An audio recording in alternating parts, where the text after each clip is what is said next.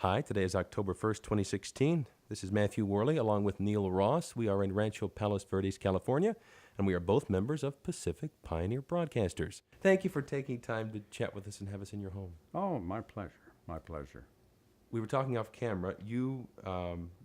Before we go into your career basic things, your birth date 12/31/44 and your full name at birth? was, and still is, Nielsen Ross. Nielsen was my mother's maiden name. Supposedly, it was my father's idea to use it as my first name, but when I shortened it, he didn't seem to care, and she never got over it. So I have a feeling maybe the story I was told wasn't completely accurate. Now, it's interesting that normally what I would ask you is about your first memories of television and radio. But you were born in London, if I understand correctly. So your first memories of TV and radio might be references that we here in the States don't know. Well, we left England when I was still quite young, so my earliest memories of television and radio would be Canadian, because Okay, that was where we went first. give us a sense of what those were. Oh boy.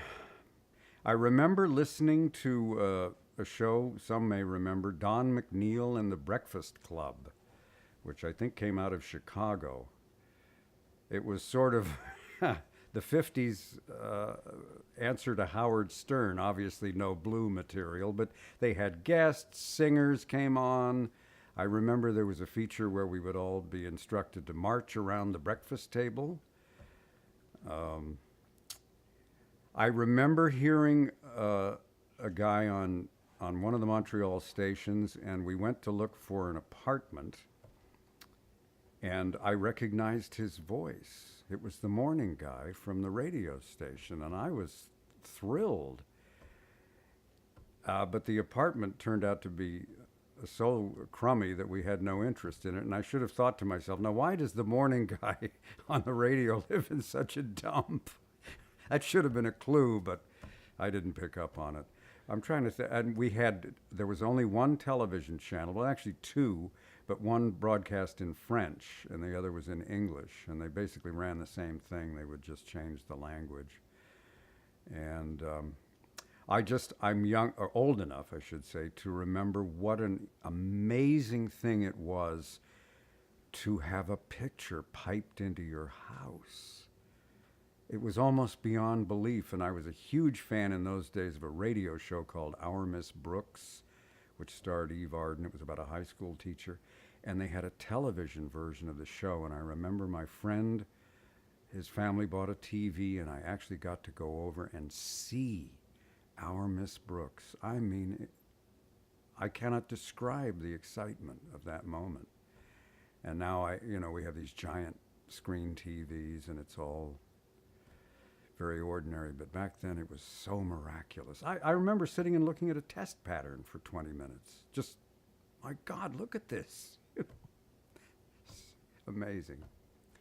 At what point because you've described in the research I've done for our conversation, you've described developing a real fascination with broadcasting as a kid, as many people who went into the business did. At what point in your life, what age do you think that basic childhood interest as a viewer developed into something that was a true fascination? Oh, I can tell you the exact point. I mean, I had many influences, a lot of things I loved. One of the reasons I think I ended up with the career that I had was that we didn't get a television set until I was, I think, 12 years old. So it was all radio up to that point, unless I went to somebody's house who did have a TV. But being in Canada, it was sort of unique. We got the best of the States, the best of Canada. We also got a ton of stuff that they would run from the BBC in England. And I remember hearing the Goon Show. I don't know if you're even familiar with that. I don't know that. Goon in England, in this country, it means some guy who goes over and breaks your leg because you didn't pay your gambling debt. Over there, it means more like a buffoon, an idiot. If we did it in the States, we'd call it the Idiot Show. But it starred a very young, unknown Peter Sellers, who did about 18 different characters, and two other guys, Harry Seacombe and a guy named Spike Milligan, who wrote most of the shows. Excuse me. And it was this brilliant, surrealistic radio comedy that influenced a whole generation of performers. The guys in Monty Python have said, no Goon Show, no Monty Python. That's when the light bulb went on over their heads, was when they heard the Goon Show. So anyway, fade in, fade out, rock and roll music comes along. Elvis Presley, Fats Domino, Little Richard. I loved it. It was the first music I really liked. The rest of it was all just meh. But suddenly I heard this infectious beat, this sound. I was totally caught up in it. And I began to try to hear that on the radio. And in Canada, they just ran it for an hour a day with a host and hostess who didn't like the audience or the music. Then we get out to California, and wonder of wonders, a guy named Chuck Bloor puts a format on KFWB called Color Radio. And it's the top 40 hits played by guys who sound like they're having a ball. And it was like I died and went to heaven. It was almost like Chuck Bloor came to my house and said, now then, young Master Ross, what do you want to hear on the radio? And I told him, and he went out and put it on the air, And I became a huge fan of KFWB, to the point that when we moved down to San Diego, I still pretty much didn't listen to the local stations. I continued to listen to KFWB. So I'm about 15 years old. I have no aptitude for anything. I was fairly good with the English language, spelling, grammar. That came easily to me, but I was too lazy to be a writer. It didn't call out to me. And my parents despaired, my teachers despaired, many predictions of my utter failure in life. And I have no idea what to do. All I seem to be good at is cracking my friends up in the lunch court and disrupting class. And I remember one teacher saying, well, I'll say this for you. You do have the gift of the gab. But she didn't say it with any great approval. So I'm just about to turn 16, and I'm lying in bed, and I'm listening to my favorite disc jockey, Bill Balance, on KFWB. And he goes into this thing about, I'm getting off the air in about 20 minutes, and I'm going to get in my brand new sports car, and I'm going to pick up my starlet girlfriend who's under contract to Warner Brothers, and we are going to cruise the Strip. I didn't even know what that meant, but all I knew was that's the life for me. This is the life I want. And then the light bulb went off. Well, why not? I do seem to be able to make people laugh. She said I have the gift of the gab. Why not? And that was the spark. And then I began to investigate. And what started as a spark built into this roaring bonfire.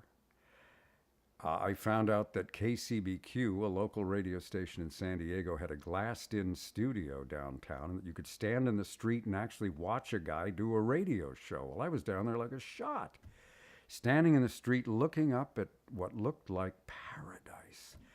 This big mixing board and these big professional turntables. It looked like the bridge of the Starship Enterprise. And I'm not the only one who had that experience. But I just would stand there hours on end watching, trying to figure out how this guy was doing what he was doing. And I had to be, if not up in that window, somewhere on the air. It became an obsession. One of my favorite writers, Charles Bukowski,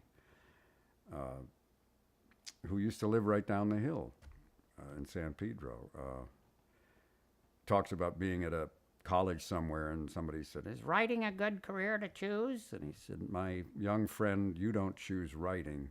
Writing chooses you. And somewhere in around 1960, radio chose me. And from that point on, I had no problems in life because I saw everything through this single prism of how will this affect my radio career. Want to go swipe some hubcaps? No, I don't think so, because that could negatively affect my radio career. It kind of kept me on the straight and narrow, and so that was the beginning. You had lived in London. You lived in Yes. Canada. Yeah. Now you're in California. Right. That's a lot of influences over your young years. How would you describe your dialect by this time? Well, it's funny. I hear years later, I began to hear people making fun of Canadians. They all supposedly go and pronounce things a bit differently. And I hear it now. It pops out at me. But nobody ever said anything to me. And believe me, the kind of guys I hung around with, if there was anything unusual about your speech pattern, they would call it to your attention The only time anybody ever said anything about the way I spoke was when I went to New York, which was right out of high school. And I started hanging around with these guys in Central Park. And, you know, the way kids are, we're just having fun. And it's not like you give them your resume when you meet them. But somehow I mentioned I was from California, to which one of the guys said, Oh, you're from California, huh? I figured you was from somewhere 'cause you talk funny. well, to him I did. You know? But that's the only time anybody said anything about my accent. So you think that by the time, because to my ear you have a very neutral speech pattern, you think that you had, I wondered if you had to shed reference points to like an English accent or a Canadian accent, but you think you didn't have them. Well, according to my mother, I had a lovely English accent when I came to Canada, but it's gone away. I said, well, Ma, you know, nobody talks like that here except you. She went to her grave sounding like she just walked out of Buckingham Palace. So at what point do you described at 15 this enters your life as an idea? The research I could find on you, if this is correct, that you basically got your first radio job right out of high school. Is that correct? Not quite. I didn't think I could quite show up at a radio station and just say, well, I'm a proud high school graduate. When do I start? So I tried to investigate colleges, and hardly anybody had any broadcasting courses in those days. And I didn't really have the money. And so I began to look at a trade school type situation. There was a school in Hollywood, Don Martin, but they wanted you to sign up for, I think, 2 years or something. Many, many great broadcasters from that era went to the Don Martin School. Oh, I'm yes. sure they did. Maybe I should have, but by this time I had befriended, or he had befriended me, a radio guy in San Diego named Otto Miller. And he kind of was a mentor for a while, and he said, look, they should be able to teach you everything you need to know in 4 to 6 months. Any longer than that is a waste of time and money. So I found this school in New York, and it was about 6 months in duration. And he said, yeah, that's the way to go. So I went to New York, and I went to RCA Institute's School of Studio Operation. I've forgotten what it was called, but it was really a technical school. Engineers went there, but they had opened up this announcing class. It was fairly new. They had a little control room set up, and they had all the old acetate discs from what had been WRCA, which had switched call letters to WNBC. Howard Stern fans will remember WNBC. So we got to play with these acetate discs. WRCA, and That was the culmination of the class. You would make an air check, which you would then use to get the first job. So the out-and-out first job was a 2-weeker in this little tiny town in Arizona, where I found out later the guy was famous for hiring people, working them 2 weeks, and firing them. And he was just about to fire me, but literally an hour before he called me in to fire me, I got an offer from Salt Lake City. So that's where I went next. So you literally went from graduating high school in San Diego to immediately you're off to New York at 18 to study broadcasting. 17. Yeah. Were your parents supportive of this idea of going off to be a broadcaster? No.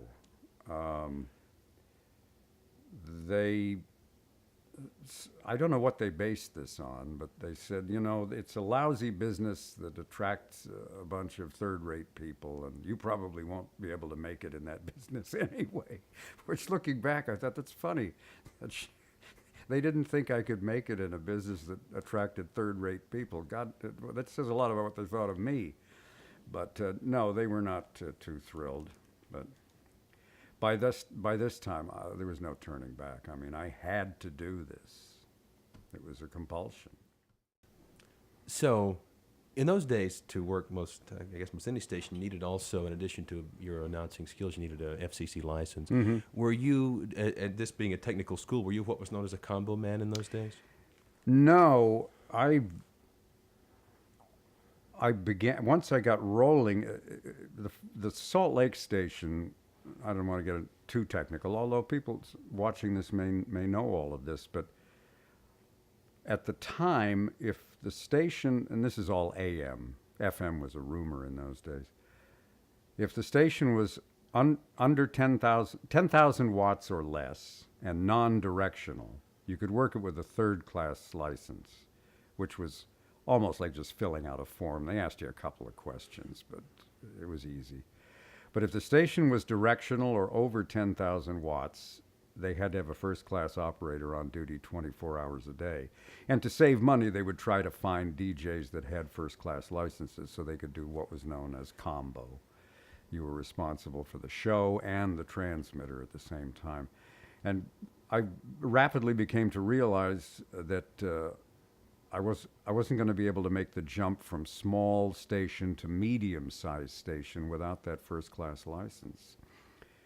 So that's when I made the arrangements to come down to Burbank and go to the Bill Ogden School, which was famous for getting guys through the first-class license exam. Okay, so give us a sense of these first radio jobs. I mean, what's your format? What are you playing? What are your thoughts at that time? Well, I was in hog heaven. It was a top 40 station,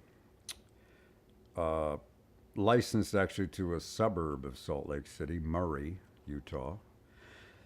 250 watts, 1230 on the dial. But while I was there, we managed to get approval to go up to 1,000 watts in the daytime. Hello, world. I just reveled in it. Although I did encounter one setback that, when you think about the way my career went, is actually kind of funny. They gave me they assigned me the 7 to midnight shift, and I came in the second or third night, and in my mailbox was a piece of copy, and they said, "We want you to record this commercial for it's going to run tomorrow." So when I got off the air, I recorded the commercial, put it in the control room, and went home. And when I got to work the next day, I was told that the thing had aired exactly once. The program director had heard it, and he said it was so awful that he had one of the other guys redo it. And he said, you're so bad, you can't voice anything on the station. You can still be a DJ, but no commercials. All you can do is make dubs, copies. And I was crestfallen, and I didn't know what to do. So what I started to do was, when I got off the air at midnight, we would sign the station off the air at that point, I would go in the production studio, and I would listen to all the production that the other guys had done during the day. And then I would pull the copy out, and I would do it onto this reel of tape that I had. And I just did my own little workshop. Nobody was in charge. It was just me. But little by little, I got better. And finally, the Cinderella moment occurred. A salesman ran in and said, "Here, record this. It's got to go on the air in 10 minutes. I said, "I'm not allowed to voice anything." "Says who?"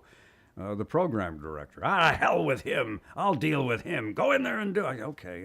I knew enough to know the salespeople were the ones who brought the money in the building, and they usually won all the arguments. So in I went, I did it, it went on the air, and I expected all hell to break loose, but the next day the program director said, "Well, I heard that thing you did. It wasn't that bad. I suppose you can voice stuff from now on." And by the end of my time at the station, I was doing about 2/3 of the production work. Because what I discovered was most DJs detest that stuff. They don't want to do it. It's too much like work. But I enjoyed it. I enjoyed the fact that on the air live, you got one shot, make it or break it. And once it's done, it's gone. It's like you're writing on water. But if you go in the production studio and really work at something, do it over and over and over again, make it as good as you can, pick just the right music to put in the background, you can create something that's really good. And it airs over and over and over again. There's some reward in that I saw that the rest of the guys apparently didn't. And so as my career progressed, I was really more successful as a production guy than a DJ. Although, unfortunately, production guys were not valued in those days. Maybe they are now, I don't know. Did you have a sense, thinking back about it now, do you have a sense of what all of us who get involved in broadcasting or in any field, we have influences and we take those influences and from them we find our own self and our own style. Do you have any memory of in those days of who were the influences that you had in your head that were helping to shape who you became? Well, sure. I mean, I had, once I got interested in radio, I started tuning up and down the dial and listening to every different kind of format, every different kind of personality, just trying to figure out how the business worked. And yeah, there were, in addition to Bill Balance, who I've already mentioned, there was a guy named Don McKinnon, who died tragically young, who was one of the funniest radio personalities I ever heard. There was a guy down in San Diego I liked a lot, and years later, toward the end of his life, we became friends. His name was Mel Hall. He was at KDEO. Same time as Don McKinnon, actually. There were a lot of them. But those are the ones that are popping into my head right at the moment. Because doing research online, this is his history of local radio is somewhat ephemeral. I wasn't able to necessarily track down exactly which stations you worked when. Can you give us, for this interest of time, just a brief chronology of your progression of stations that you worked in these early radio days? Yeah. When I got out of the Bill Ogden School, I was flat broke and had to take the first job I could get, which turned out to be a place called Lewiston, Idaho. And I got out of there as quickly as I could. The late, great Big Daddy Tom Donahue once wrote a column about how to get started in radio, and he said, you're going to have to spend a couple of years in electronic Siberia. And that was my electronic Siberia. Fortunately, I wasn't there for 2 years. But after that, I worked what I call the Great Circle route: Honolulu, San Diego, San Francisco, and finally Los Angeles. Now, it is from my research, if it's correct, it's in Honolulu that you are doing, by this time, the Drake style of radio, what we would call, those in the business would know the Drake style, the Boss Jock thing, the big sort of KHJ sound. Yes. That was toward the end of my time in Hawaii. I originally went over there to work for Coral, K-O-R-L, and I left there and went to what was then KGMB radio. It's now KSSK. And that was the beginning of that station. It was bought by a guy named Cease Heftel, who was something of a legend in the business. He had started Kim in Denver, and now he had bought this AM/FM. Well, no, the FM came later. This AM TV combo in Hawaii, and I worked at KGMB with a guy who called himself Aku on the air, J. Aku Head Papuli. He was probably the highest paid disc jockey in the world in those days, in a relatively small market. And I could go on and on about how that happened and why that happened. But his real name was Hal Lewis. He was a New Yorker who had somehow found his way to Hawaii and was one of the most amazing people I ever got a chance to work with. Watching him do a radio show was like watching a great violinist or a great anything, a great sculptor. He just had such a grasp of the radio medium. I've never really seen anyone quite like him before or since. And that was, after that, I went to KKUA, and that's where we did the fake Drake format. Basically, the program director had a friend in San Francisco who taped 2 hours worth of KFRC, which was a Drake station. And he just listened to the tape and figured out the format and reproduced it in Hawaii. What year or years would that have been that you were working at that? And the reason I ask is, that started in Los Angeles, and it really swept the country, that sound. It reinvented Top 40 radio, as you know. Absolutely. What years were you doing that style over there? That was 1968. So maybe 3 or so years after it broke here, I guess. Yeah. Something like that. We had heard about it. I had heard air checks. But this was the first time in my career I ever worked with what they called a hot clock, which you would have a regular clock in the studio to tell time, but right next to it would be a clock where they had ripped the hour hand off and thrown it away, and all you had was the minute hand. And it was divided up like a pie chart, and from top of the hour to 03, you play a certain kind of song. Then the weather goes here, then this goes there. And it took a little getting used to, because prior to that, you pretty much did anything you felt like. But in this situation, no, the commercial ends, you play the jingle, you roll the record. And if the intro time of the record is 6 seconds, then you talk for 6 seconds. But I just thought of something funny that takes 15 seconds to say. Well, throw it away because you have 6 seconds. This is how this format works. And initially it was like, my God, I'm in a straitjacket. But eventually you figured out how to work with it. And it really was. It was a very, very brilliant innovation. The best description I've heard of it was it made a mediocre jock sound great and a great jock sound superb. Robert W. Morgan, for instance. Or Steele. Or Steele. It takes a extreme commitment to craft to do that kind of radio well, because you are moving very rapidly. You're bobbing and weaving in and out of songs. You're posting songs. It's very, very fast. You're interjecting personality in very short bursts. You said at first you felt like you were in a straitjacket. Did you grow into the format and like it, or did you always feel it was something you didn't enjoy? No, as I said, once you got used to it, you found ways of dealing with it. Either throw the bit away entirely or file it away, and when you do have a 15-second intro, then you use it. No, I think it. I have an air check somewhere. And whoever, I don't know who made it, I acquired it, but it's a guy is tuning back and forth between KHJ, KFWB, and KRLA. And the difference is just astonishing. KHJ is moving like a freight train at full speed. KFWB, the guy comes on, talks for, God, I don't know, a minute, then does a public service announcement. It's like, are you ever going to play a record, sir? Meanwhile, Steele has played 3 records. You just say, no wonder this thing killed.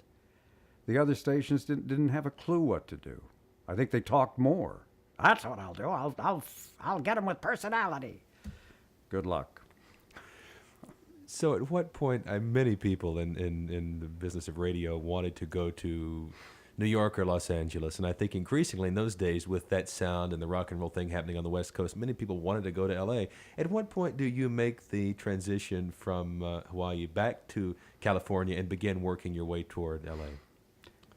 Well, that was when I was at KKUA, and we actually had a fella come to work for us who had worked at KCBQ at some point.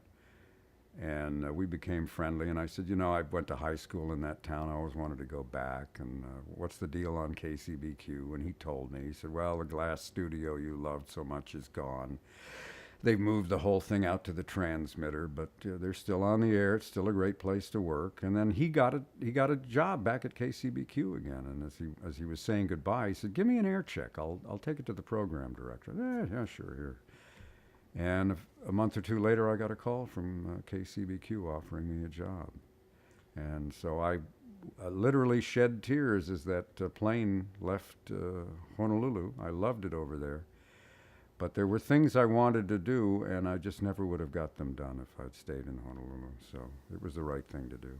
So the impetus to leave was solely based on to advance your career? Yes. You gave us a little sense of it, but more fully, KCBQ, another legendary station. Yes. As legendary in San Diego as KHJ was here, probably. Yes. And a lot of great jocks came out of there. Give us a sense of what the format was like there in those days, who you worked with there, and just generally what KCBQ was like when you were working there. Well, they, like every other station, top 40 station in the country, had been influenced by Bill Drake. We were basically doing what Bill Drake was doing. And, of course, he was controlling our competition, KGB. So I don't know that we were one. We had a hot clock. It probably differed from Drake's, but it was a very similar situation. The fellow who hired me and who I worked with for the next 2 years, a guy named Gary Allen, who is one of the great unsung program directors of all time. He's not a showboater. He's not a promoter. I don't think, got anywhere near the credit he should have for all the things he's done. But he knows more about formats, contests, music than anyone else I ever worked for. And it was a pretty exciting place to be. We got numbers. I wasn't anything. I was the weekend and production guy. But our afternoon guy at one point had a 33 in the Hoopers. But nobody would report it in the trades. I guess they were afraid of Bill Drake. I don't know. But the station was just humongous. What they had done was this contest where they gave away $10,000 at a crack, which doesn't sound like much today, but this was 1969. I mean, I looked it up online. We were making, the DJs were making $14,500 a year then. That would be the equivalent of making $80,000 to $90,000 a year today. So you can imagine what $10,000 sounded like. No one had ever given away anything approaching that. And the way the contest works was don't say hello when you answer your phone. Say, I listen to fun-loving KCBQ. So we're making a call at random, folks, and if the person answers with the secret phrase, they'll win $10,000. Hello? Oh, geez, I'm sorry. Is this so-and-so? Well, you know, if you had said but don't feel bad. We got 2 movie tickets for you. I mean, the whole town went nuts. I had only been back in town a couple of weeks, and I called an old friend. And he picks up the phone and he says, hello, I'm listening. KCBQ, did I win? And this is an older guy who wouldn't listen to KCBQ if you tied him to a chair. But he knew about the contest. Just about 2 years ago, an old friend of mine came over and she brought her new boyfriend with her. Older guy, guy in his late 60s. What do you do? Well, I do this. And oh my goodness, how'd you get in that business? Well, I started out as a DJ. Well, where did you work? Well, here in San Diego. San Diego? I'm from San Diego. Where did it's KCBQ? He says, I listened to fun-loving KCBQ. Where's my money? It's 40 years after we did this. He still remembered that stupid phrase. I can't begin to tell you how being at that station was like riding a rocket ship. It was just an astonishing experience, even just to be a small part of it.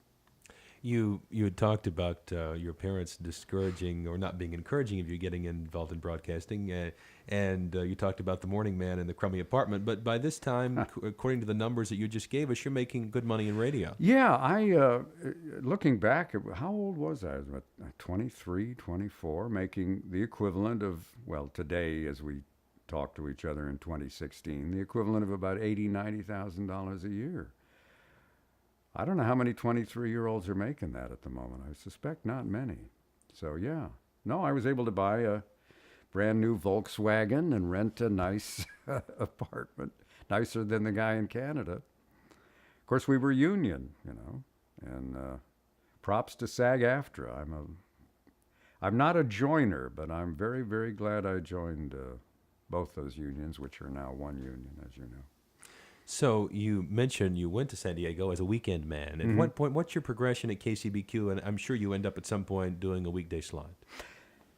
Yeah, the plan was, Gary liked my production work, and his idea was, all right, you'll do weekends, and you'll do production work Tuesday through Friday. You'll be off on Mondays. But that didn't last. Somebody left, and they threw me in there, and I ended up doing overnights, noon to 3. That was pretty much it. I ping-ponged back and forth between those 2 shifts. Noon to 3 is better. Although, looking back, actually, overnights was a great place to hide. Nobody... If you're the program director and the overnight guy's showing up on time and keeps the thing on the air until the morning guy shows up, why mess with him? But I was trying to have some kind of a social life, and you can't do that working overnights. Noon to 3 strikes me for radio terms as a short radio shift. Well, we had 3-hour shifts. Really interesting. Yeah, except for the overnight guy. You have been quoted. I'm sorry to interrupt, but please, it reminds me of a wonderful thing that's attributed to Don Steele, who I never got to meet, one of the tragedies of my career. But he is alleged to have said, 3 hours is a show, 4 hours is a shift. In the good old days, it was 3 hours. The feeling was, if you've been doing your job, I used to say an hour on the air is like 2 hours of anything else.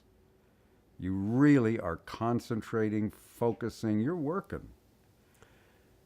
In these days, like at KMBQ with the Drake thing, were you running your own board? Were you doing all your own engineering? Were you moving everything, or were you sitting, standing? Because it is so energetic. That's why I asked you about the technique. No, I always ran my own equipment. There was a very brief time at KMPC when they switched from the talk back to the music, where we had engineers. It only lasted for a couple of months. The rest of my career, I ran all my own equipment, ran the board, the whole shop. You have been quoted as having said, "I recall sitting in an apartment in San Diego watching cartoons, saying, I could do that." When do you first, and of course it was some years later that you would begin to do it, when do you first recall thinking, I should be an animation guy, I should be a character voice guy, I should be doing performance of that type? It started toward the end of my time at KCBQ. As a result of all this production work I was doing, I became more cognizant of the voices I was hearing on the national television commercials, the voices I was hearing on the national radio commercials that came in from the big LA and New York agencies, the people I was hearing narrating documentaries, the people who were voicing cartoons. I thought I was doing a Seinfeld. I was going, who are these people? And I had this working theory that they were on-camera actors who were moonlighting and picking up a couple extra bucks doing this, which some of them may have actually been. But I had a conversation with a record guy in the parking lot at KCBQ, and we were talking about a guy named Danny Dark, who had been at KLAC at one point. And I said, Danny Dark, yeah, I remember him. Whatever happened to Danny? He said, whatever happened to him? He's rich. I said, really? How did he get rich? He marry somebody? I figure that's the only way a DJ's ever going to get rich is marrying somebody. He says, no, he does voiceovers. Oh, my God. Dare I even dream? What are voiceovers? He says, oh, you know, commercials, cartoons, promos, voiceovers. I said, you mean you make a living doing that? He's make a living? You know, Danny Dark's a multimillionaire. Of course, Danny Dark was one of the most successful voiceover guys ever. You know, he was the exception more than the rule. I mean, he was the voice of General Motors, the voice of General Foods, the voice of NBC. I could go on and on. But that's the first time I found out that this business existed that was called voiceovers, that agents specialized in handling this talent, and that you could just do that and make a living, and maybe make a really good living. And that's when the light bulb went off over my head, and that's when I began, because by then I had, well, this was a couple of years later, I got involved in doing a radio comedy thing in San Diego, in which I played, 15, 20 different characters, and I began to watch the Saturday morning cartoons and try to evaluate, are they better than me? Am I as good as they are? Could I ever be as good as they are? I had nobody I could ask, because nobody down there had a clue. So you mentioned sitting in the apartment. Yes, 1 minute I'd be thinking, yeah, I could do that, and 2 seconds later I'd be thinking, yeah, they'd throw you out in half a minute. You're not that good. And I figured there's only one way to find out, and that's to go to Los Angeles, because that's where it was happening in those days, LA and New York. If you weren't there, you were not going to be in the voiceover business to any great degree. I think anyone who ever achieved anything in broadcasting and writing and anything in the sense of craft, you do have the moments of, I can do that, and also the moments of, there's no way I could do that. Yeah. And out of that middle ground somewhere comes the confidence to go try, I guess. You just have to leap into the void. You don't immediately, if the notes are correct, if my research is correct, you don't immediately go to L.A., though. You also go to San Francisco at some point. Well, I tried and tried and tried to get to L.A., and it just didn't happen. And I finally got this offer from San Francisco, and I thought, well, it's a step up, and maybe it's a stepping stone to Los Angeles or New York. So, yes, I'll go do this. So I was up there for about a year and a half. What was your format? What were you working in? It was Top 40. I was working for KYA, which at one time was a legendary station. Tom Donahue worked there, Bobby Mitchell, a slew of well-known Bay Area DJs. Bill Drake worked there before he became a programmer. I think he was the morning guy. So So you said you were there for about a year. Is your first station in Los Angeles KMPC? No, they sold KYA and kicked us all to the curb, and I was very lucky. The story could have had a very unhappy ending, but I managed to get a job at the old KPOL. Which had been a polka station at one time. That's what they tell me. My dad used to listen to it when we were living in Long Beach. In those days, it was beautiful music, Mantovani and 1001 Strings and all of that stuff. But yes, I was told that initially it went on the air as a polka station, hence the call letters KPOL. Supposedly, in the wake of the success of Lawrence Welk, came the KPOL. That may thing. that may very well have been the case. I don't know. So, what did you feel? Now you're in Los Angeles. I mean, you're at this place where you want to be, but you're playing MOR. You're playing beautiful music standards. How did you feel about that? Well, when they fired us all in San Francisco, this was the third staff-wide bloodbath I had been through in a 5-year period. And I said to my wife, I've had it with radio. There's no future in this business. I may have to do it a while longer, but I'm getting out and I'm getting into voiceovers. And that means we have to go to Los Angeles or New York. Well, I don't want to go to either one of those places. You're not listening to me. Well, I sure as hell don't want to go to New York. Then it's Los Angeles. So when I got to L.A., I said to the Cosmos, listen, I'm not going to try to be a radio star anymore. I will do any stupid thing they ask me to do. If they ask me to hang upside down from the ceiling like a bat, I'll do that because I don't care anymore. Voiceovers is what I'm interested in. And I will use the radio business to pay the bills. And that's essentially what I did, although I almost got sucked back in. Just when you think you got out, they suck you back in again. In doing some research for our chat, I found some references to your early voiceover work that you said may or may not be correct.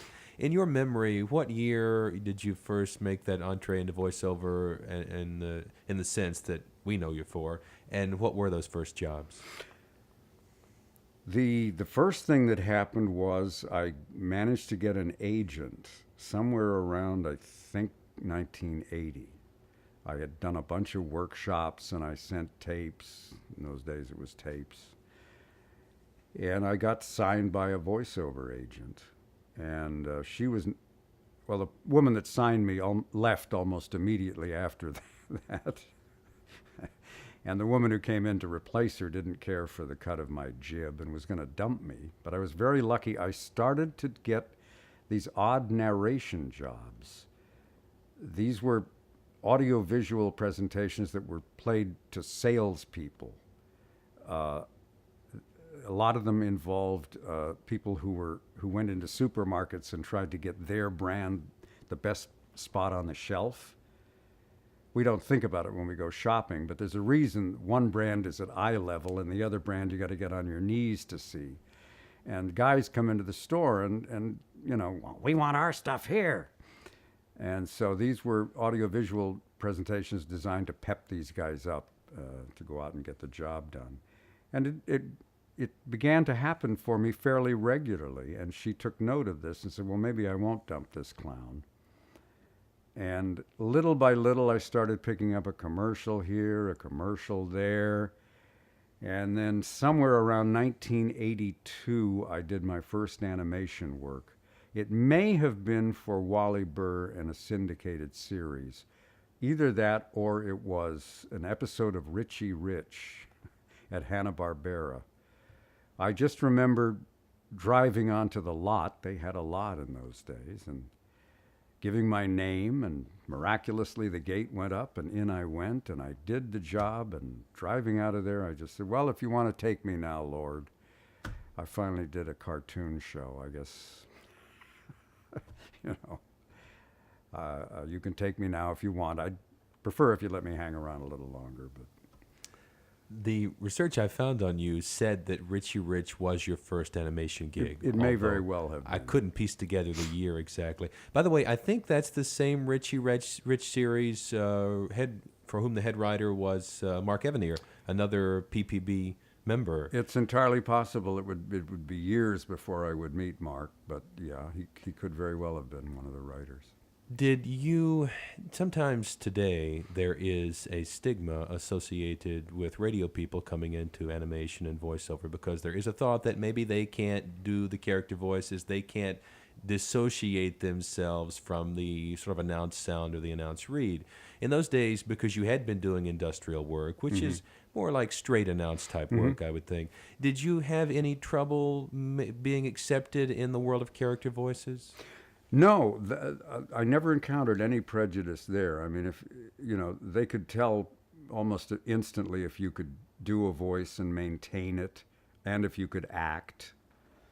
That was what they were concerned about. It was more of a problem in the area of commercials, because the perception of the buyers was that radio guys had this. The late Dawes Butler had a great phrase for it. He called it the cosmetic read.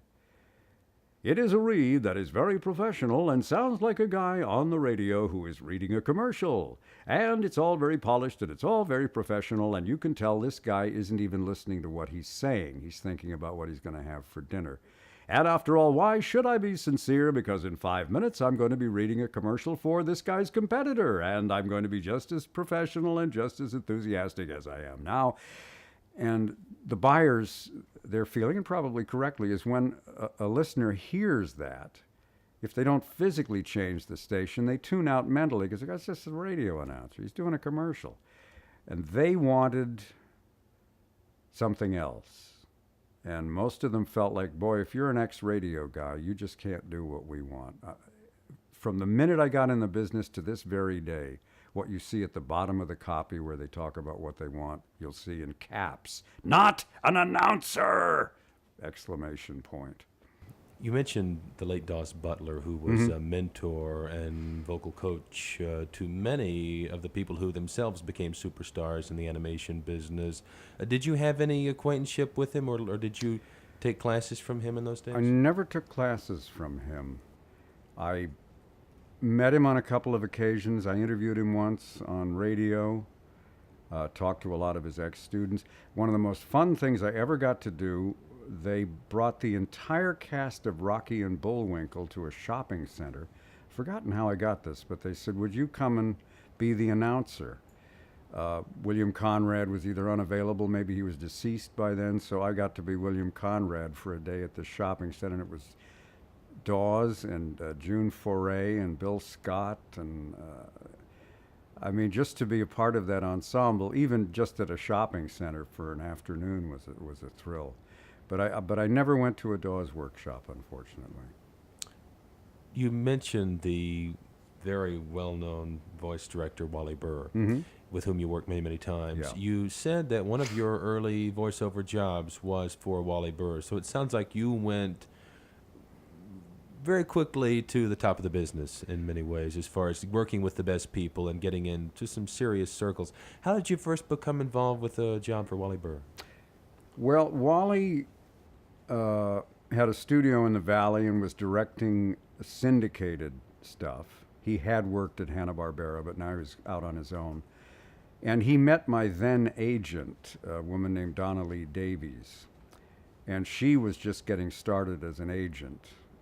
And they hit it off, and he realized she was struggling and we were struggling. So he was very kind.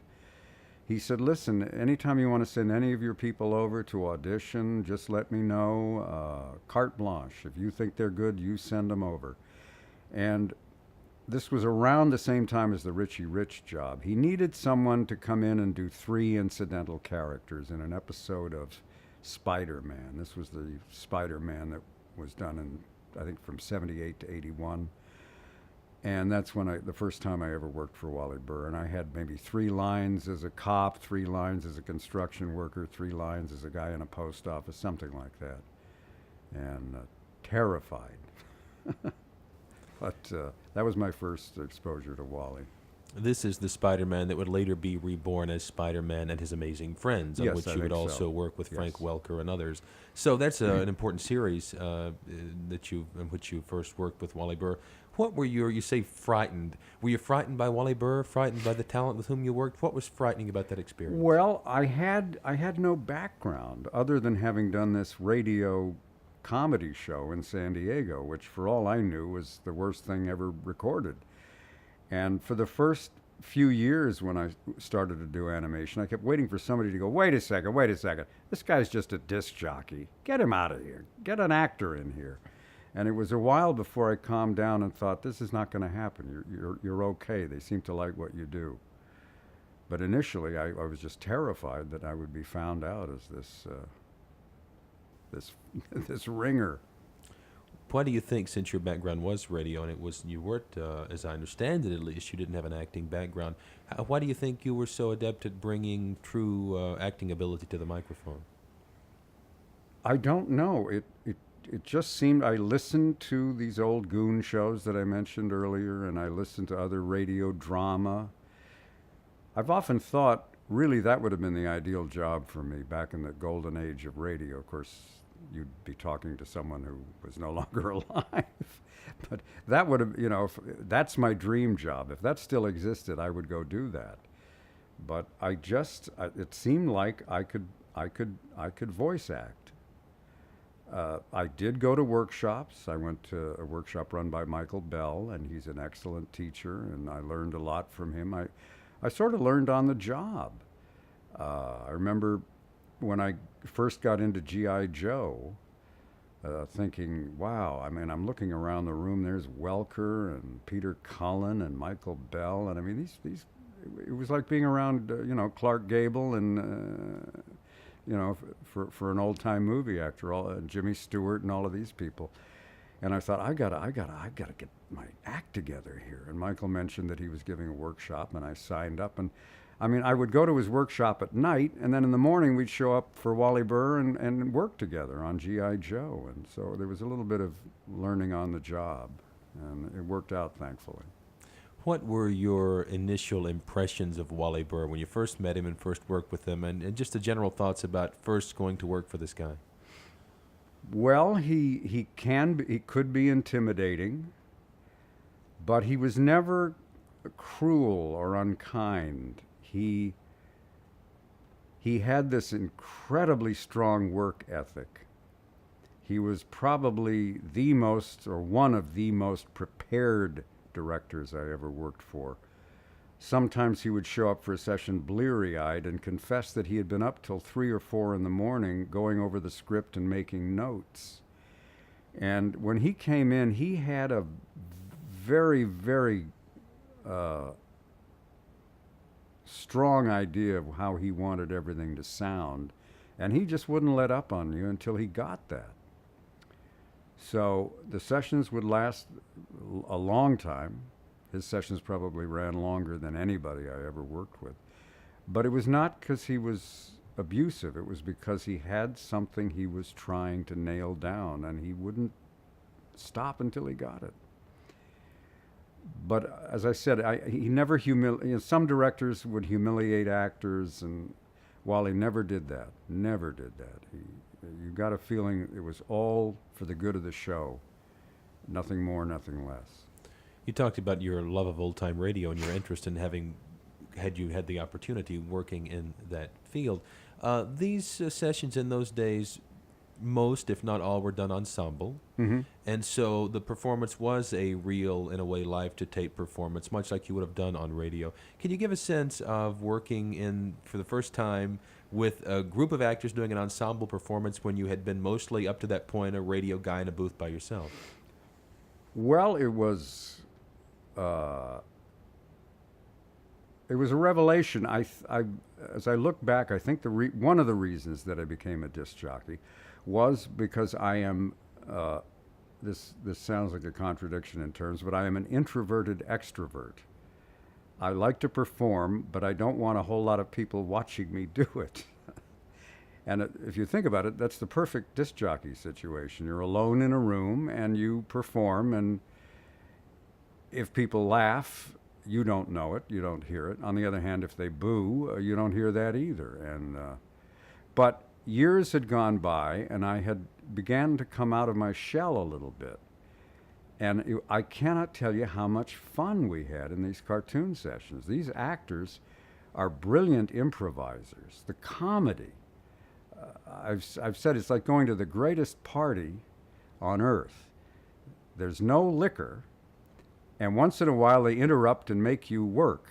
But other than that, it was a laugh riot. And the creative energy, being around people like Michael Bell, Frank Welker, et cetera,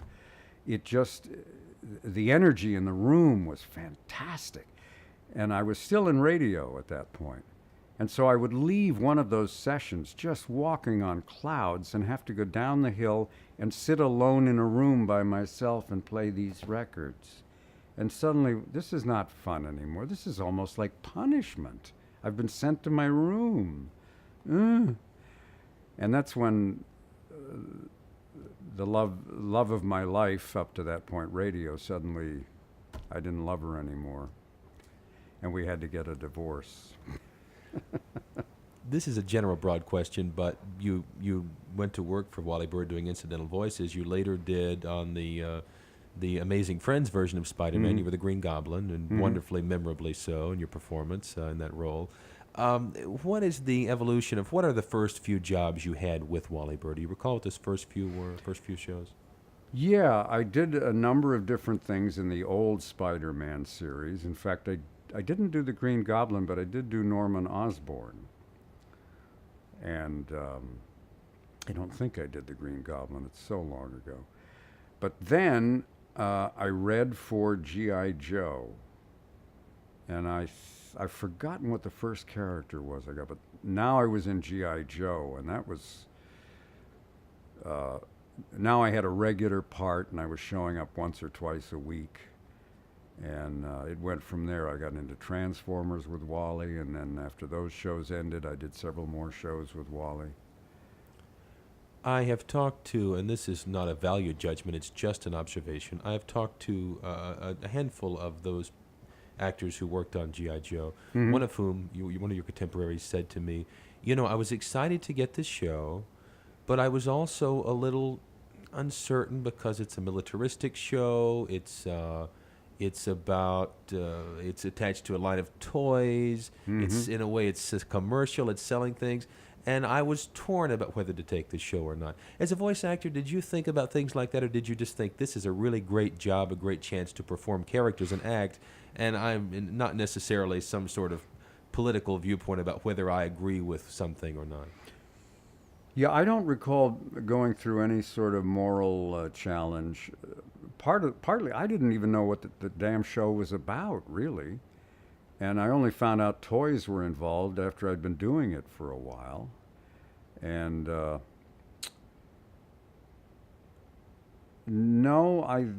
only show that I remember that when I did Rambo, there was a lot of controversy about that show, which really was uncalled for, because if you watched it, it was almost laughably nonviolent.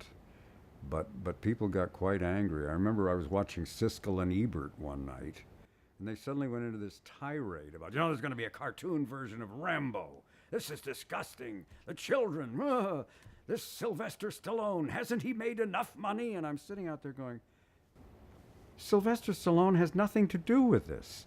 Yes, he owns the character Rocky, and he wrote that script, but Rambo, he's just an actor for hire. He's not even involved in this show. Don't you guys do your homework? I was never able to watch them again after that. I began to wonder, is anything they're saying valid? Yeah. When G.I. Joe begins as a miniseries, 5-part miniseries, and there was a second 5-part syndicated miniseries, and then the series comes along, if I recall correctly.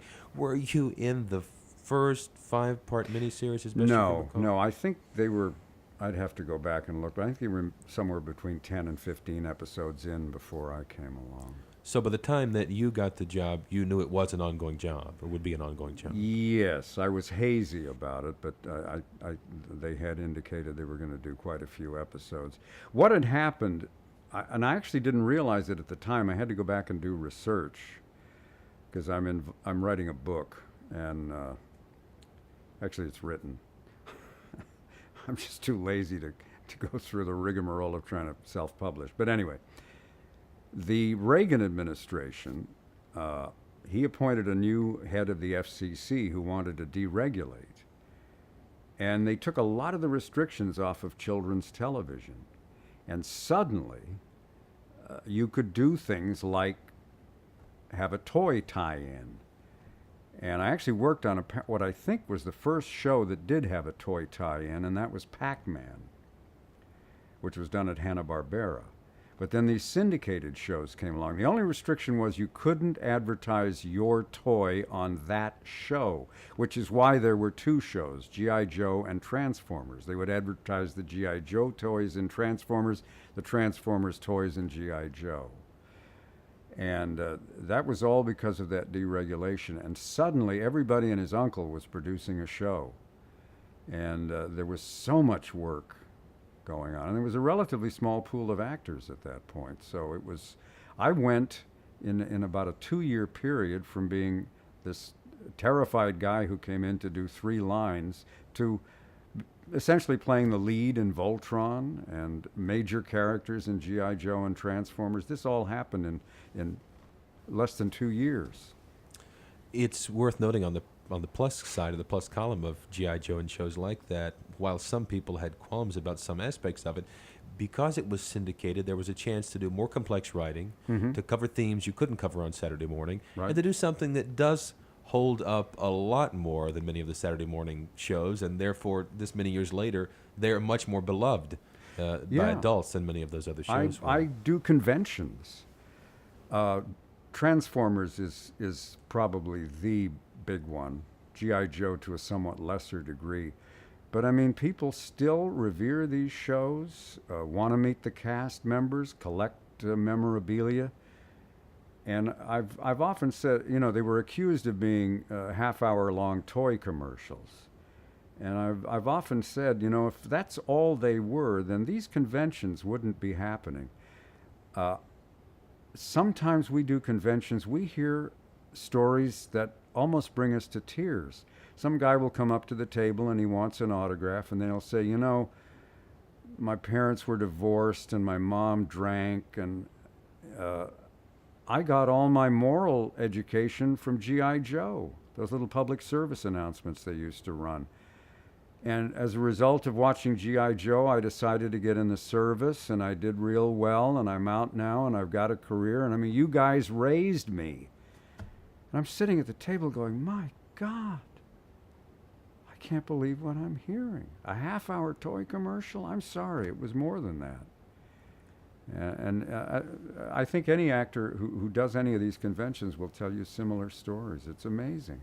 Well, generationally, being of that generation, I love those shows and certainly agree with you. Let's talk briefly about a couple of the characters of G.I. Joe that are your most remembered characters. In doing the research, Buzzer was one of your early characters, or maybe the first? That was the first, yes. Buzzer the Dreadnought. And I'm trying to remember him. No, this was the other guy who was supposed to, they said, can you do a Welsh accent? I said, sure. And all I did was go deeper. I don't know what the hell a Welsh accent is, but neither did they, fortunately, so I was fine. Buzzer was higher up here. He's a Cockney. Talked like that, as I recall. I haven't done him in years. But, yeah. So, at what point, as best you can remember, does shipwreck come into your life? Well, I had been doing G.I. Joe for a while, and my agent called and said they have a new character they're going to work into the show. Would you like to go read for it? Sure. And I go to Wally's, and it's this sailor character and called Shipwreck, and I do 3 or 4 takes, and there are various people in addition to Wally, and I can tell nobody is particularly thrilled with what I've done to that point, but I don't know what else to do, so I'm about to say thank you very much and goodbye, and there's a guy sitting over in the corner, and he says, hey, did you see the movie The Last Detail?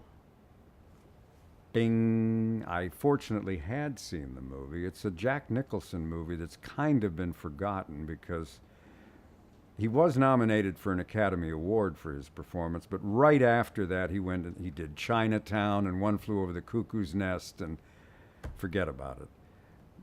But people kind of forgot about The Last Detail. But it involves a sailor named Billy Badass Badusky. He and another sailor get assigned the job of taking this poor sad sack recruit to military prison, to the brig, played by Randy Quaid. And Nicholson's performance is astonishing as this. And I was in the Navy. I knew guys like this. They're career guys, but they skate right on the line of insubordination, and somehow they get away with it, but they're not strictly on the up and up.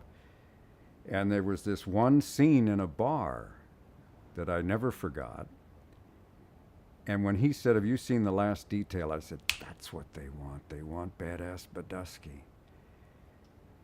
And I had this voice that I had done. It was sort of my all-purpose stoner voice. And it was a guy who was, had a few joints, and he's really loaded, dude. And, well, he didn't say dude in those days. And every now and then I would do it, and people would go, it sounds a little like Jack Nicholson.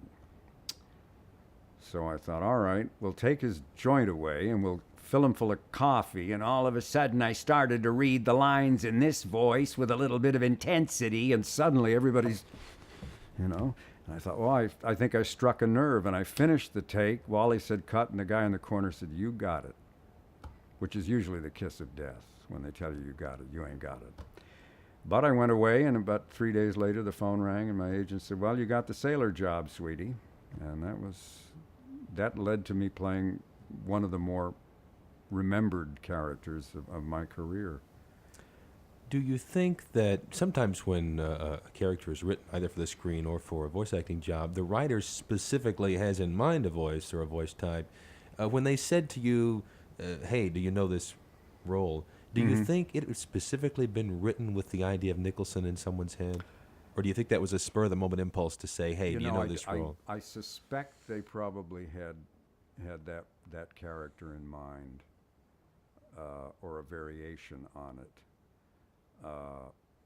But they didn't, it's funny, they mention certain people. Well, Tom Selleck type doesn't mean they want you to come in and do an impression of Tom Selleck. But I do these impressions that are so awful, I get the job because they really don't sound like the person I'm trying to do, if that makes any sense. The same thing happened on Rambo. They said, "We don't want Sylvester Stallone." I said, "Okay, no Sylvester Stallone." "All right, 2 of you guys go around the back, the rest of you come with me." "Perfect." I said, "I thought you didn't want to." "Well, that's not Sylvester Stallone." "No, you're right, it's not. It's not." I was going to ask you about that show because many times when someone would, in those days on Saturday morning television, there were shows that were done that were spin-offs of films, and oftentimes the actual principal actor would not play the role because of financial reasons, and so someone would be called in to create a character in a similar vein. My hearing of your Rambo, because I looked at some clips prior to our conversation, didn't sound anything like Stallone, and No, I didn't think you were. Only in my ear does it sound like Stallone. Thank goodness. Okay, I didn't think you were even necessarily basing that as a reference point. So that's It kind of was, though. But they said it didn't sound like him, and I said, "Okay, good." Do you, as best I can remember, there is no one else in G.I. Joe who is doing a blatant imitation of an actor, but Shipwreck is so close to Nicholson, and so, frankly, I think a good Nicholson, that even as a little kid watching, you can tell, hey, that's a Jack Nicholson voice. That's interesting because I've pointed that out at conventions, and some fans just draw a blank. I think they were so young they really hadn't. Who's going to take a 12-year-old to The Last Detail or Chinatown? I suppose some people did, but most kids that age probably hadn't seen anything that he'd done. And of course now he sounds completely different. I can't do him anymore. Uh, His voice is down here somewhere. I can't do it, Are there other, because you did work other characters, are there other specific characters on G.I. Joe you'd like to make mention of or that you have fondness for? No, not really. Shipwreck is kind of my bread and butter. That's the one the fans remember, and that was the one that was the most fun to play, because he was sort of unique in that show. If you think about it, the good guys and gals were really, really good, and the bad guys and gals were really, really bad. And in the middle of all this, you had this guy who wanted to do the right thing, but he was going to do it his way. And he was skating along that line of insubordination that I mentioned, and that was so much fun to play. Of somewhat conflicted, ambiguous characters is much more fun than a straight-ahead good guy or a straight-ahead bad guy, I think. What would you... The interesting phenomenon about this show, for example, is because it is such a beloved show this many years later, all the conventions, you've been to many of them, you were in one overseas recently we talked about. It must be an interesting psychological phenomenon to think about the fact that here is some work that you did in an isolated period of time. It's only 2 seasons of shows. So you and your fellow cast members taped these shows over a period of a few months, I suppose. Is that more or less correct? I think it went on longer than that. I would have to look it up, but I feel as though we did maybe a year or more. Okay. So in that isolated window of time, you did the job, and the job was finished, and you went on to other work and never really returned to that work. No. And yet, many years later, this, along with some other shows that you've worked on, became such a beloved thing that it's a constant reference point for your fans, and yet for you, it's work, it existed in a specific window of time. What, psychologically, what's that like? Well, I just feel immense gratitude.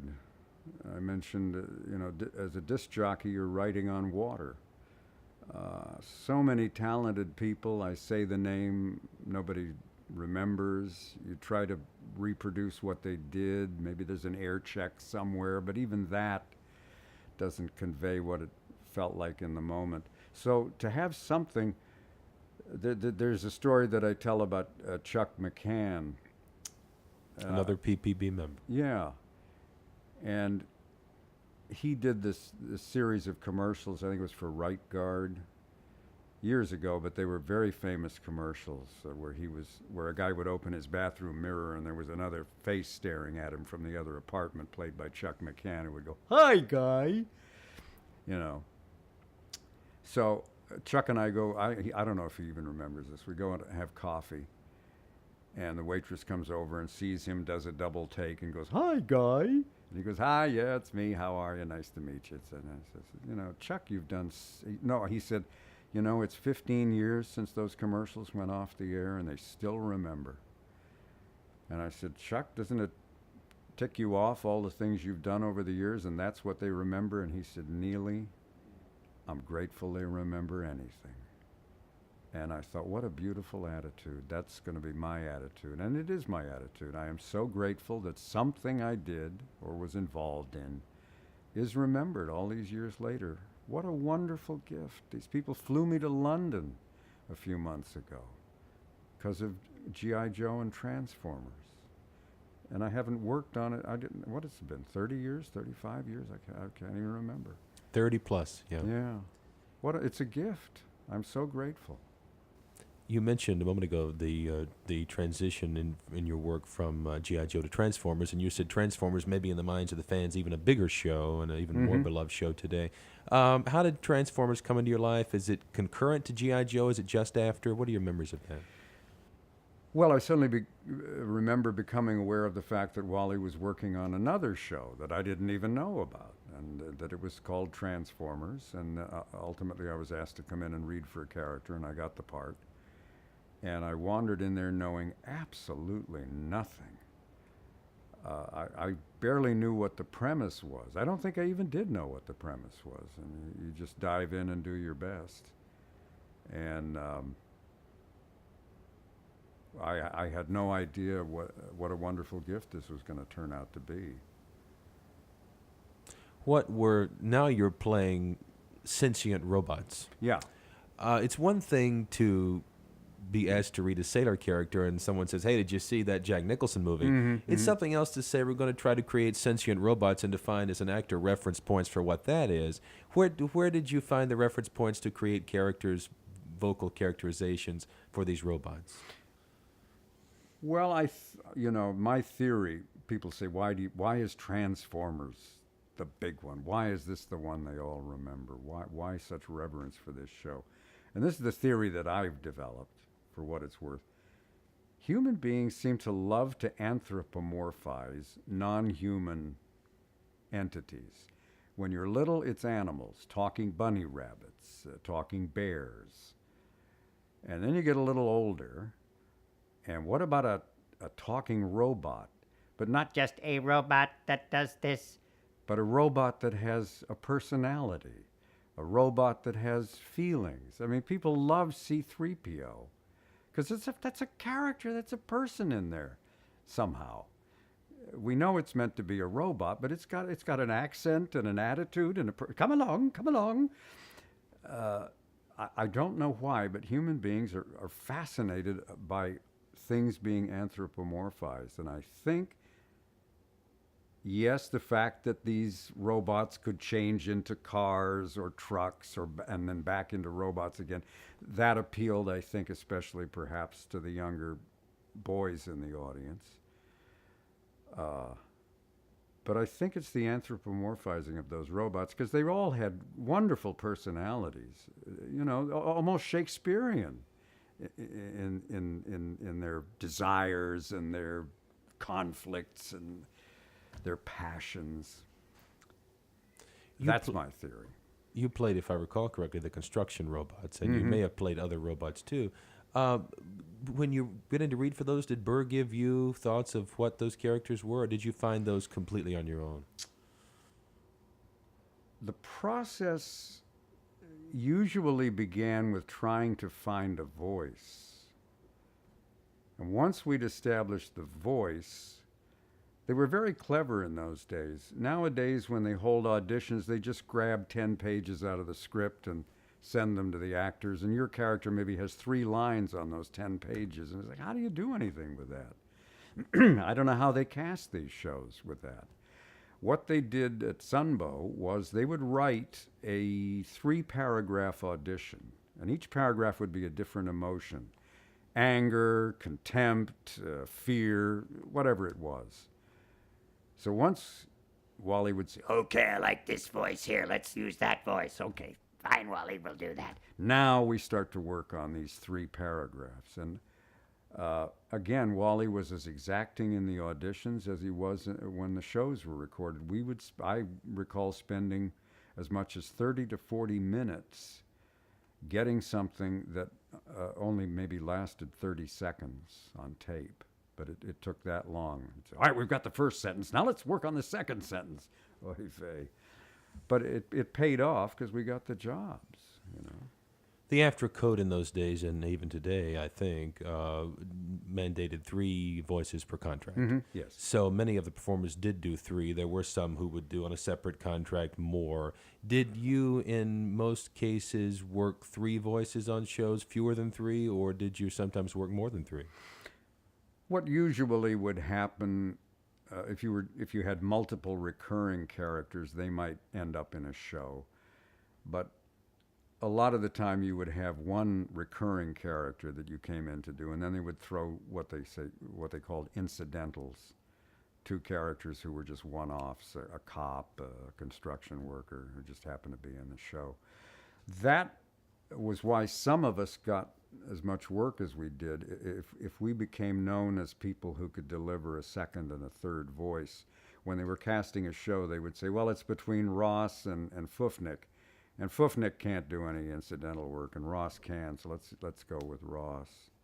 I think that's why I got some of the work I got. They knew that I could pull a second and third character out of my pocket anytime I wanted to, and it saved them money. They didn't have to bring another actor in and pay him a full rate.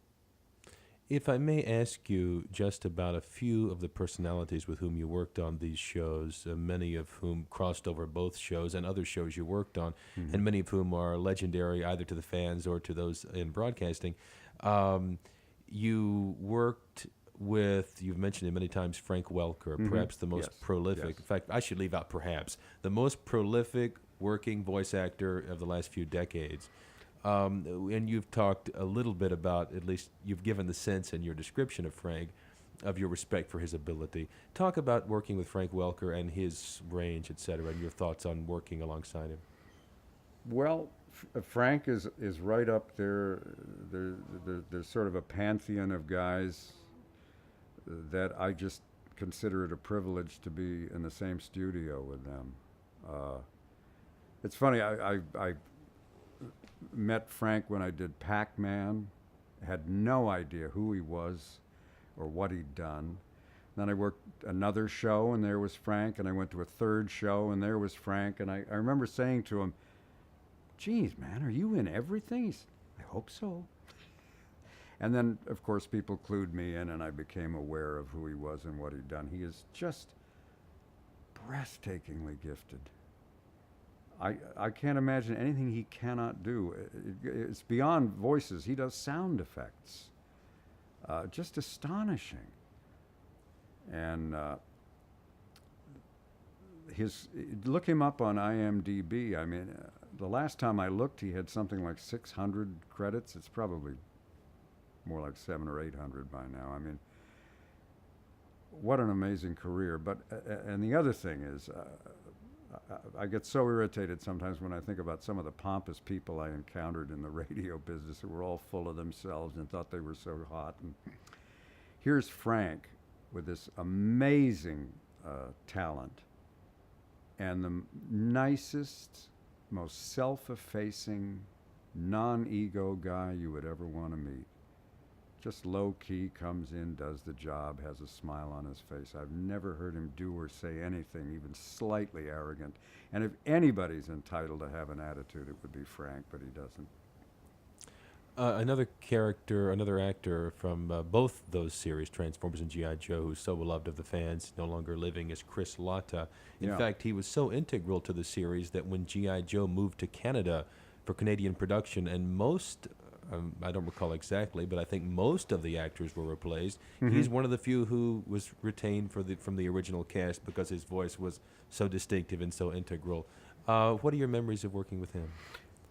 Oh, I thought he was a fabulously gifted actor. In fact, I used to sneak into the booth and sit behind Wally and watch him work with Chris. And Chris never gave any less than 100%. And he seemed to have barbed wire for vocal cords. He could just howl and scream, and it would go on for hours, and he never lost his voice. He never seemed to suffer any discomfort. He just plowed on, take after take after take after take. And he was such an interesting looking guy that there have been a handful of people over the years, and none of it ever came true, but I would look at them and I would go, he's going to be really big someday. He could end up being a very big star. I may, in years to come, go, you know, I used to know him, I used to work with him. I always thought Chris was going to break through on camera, and he might have. He just died so damn young. He'd already started to develop an on-camera career by then. And he was also a stand-up comedian, and very successful at that. Multi-talented guy. It's such a shame. One of the few guys, in fact, the only one who comes to mind, there may be others, who worked G.I. Joe and Transformers, and some of the other shows you worked, who also had a big on-camera career, was Dick Gautier. Yeah. And provided some wonderfully memorable characters for these series. What are your thoughts on working with Dick Gautier? I always enjoyed him. He's very sunny, optimistic, friendly guy. And, yeah, we always had a lot of fun. And, yeah, he was one of the ones I looked, you know, certain people you show up somewhere and you say, geez, I hope this person is here today or that person. And he was one of the people I always hoped would be on the session.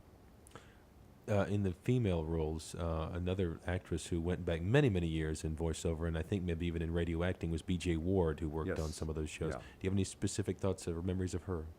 Well, again, marvelously talented and very easy to get along with, very easy to work with. Just a lot of fun. Honestly, I sound like a Pollyanna, but if you said, well, all right, level with me. Who did you really hate in the business? I can't think of anybody.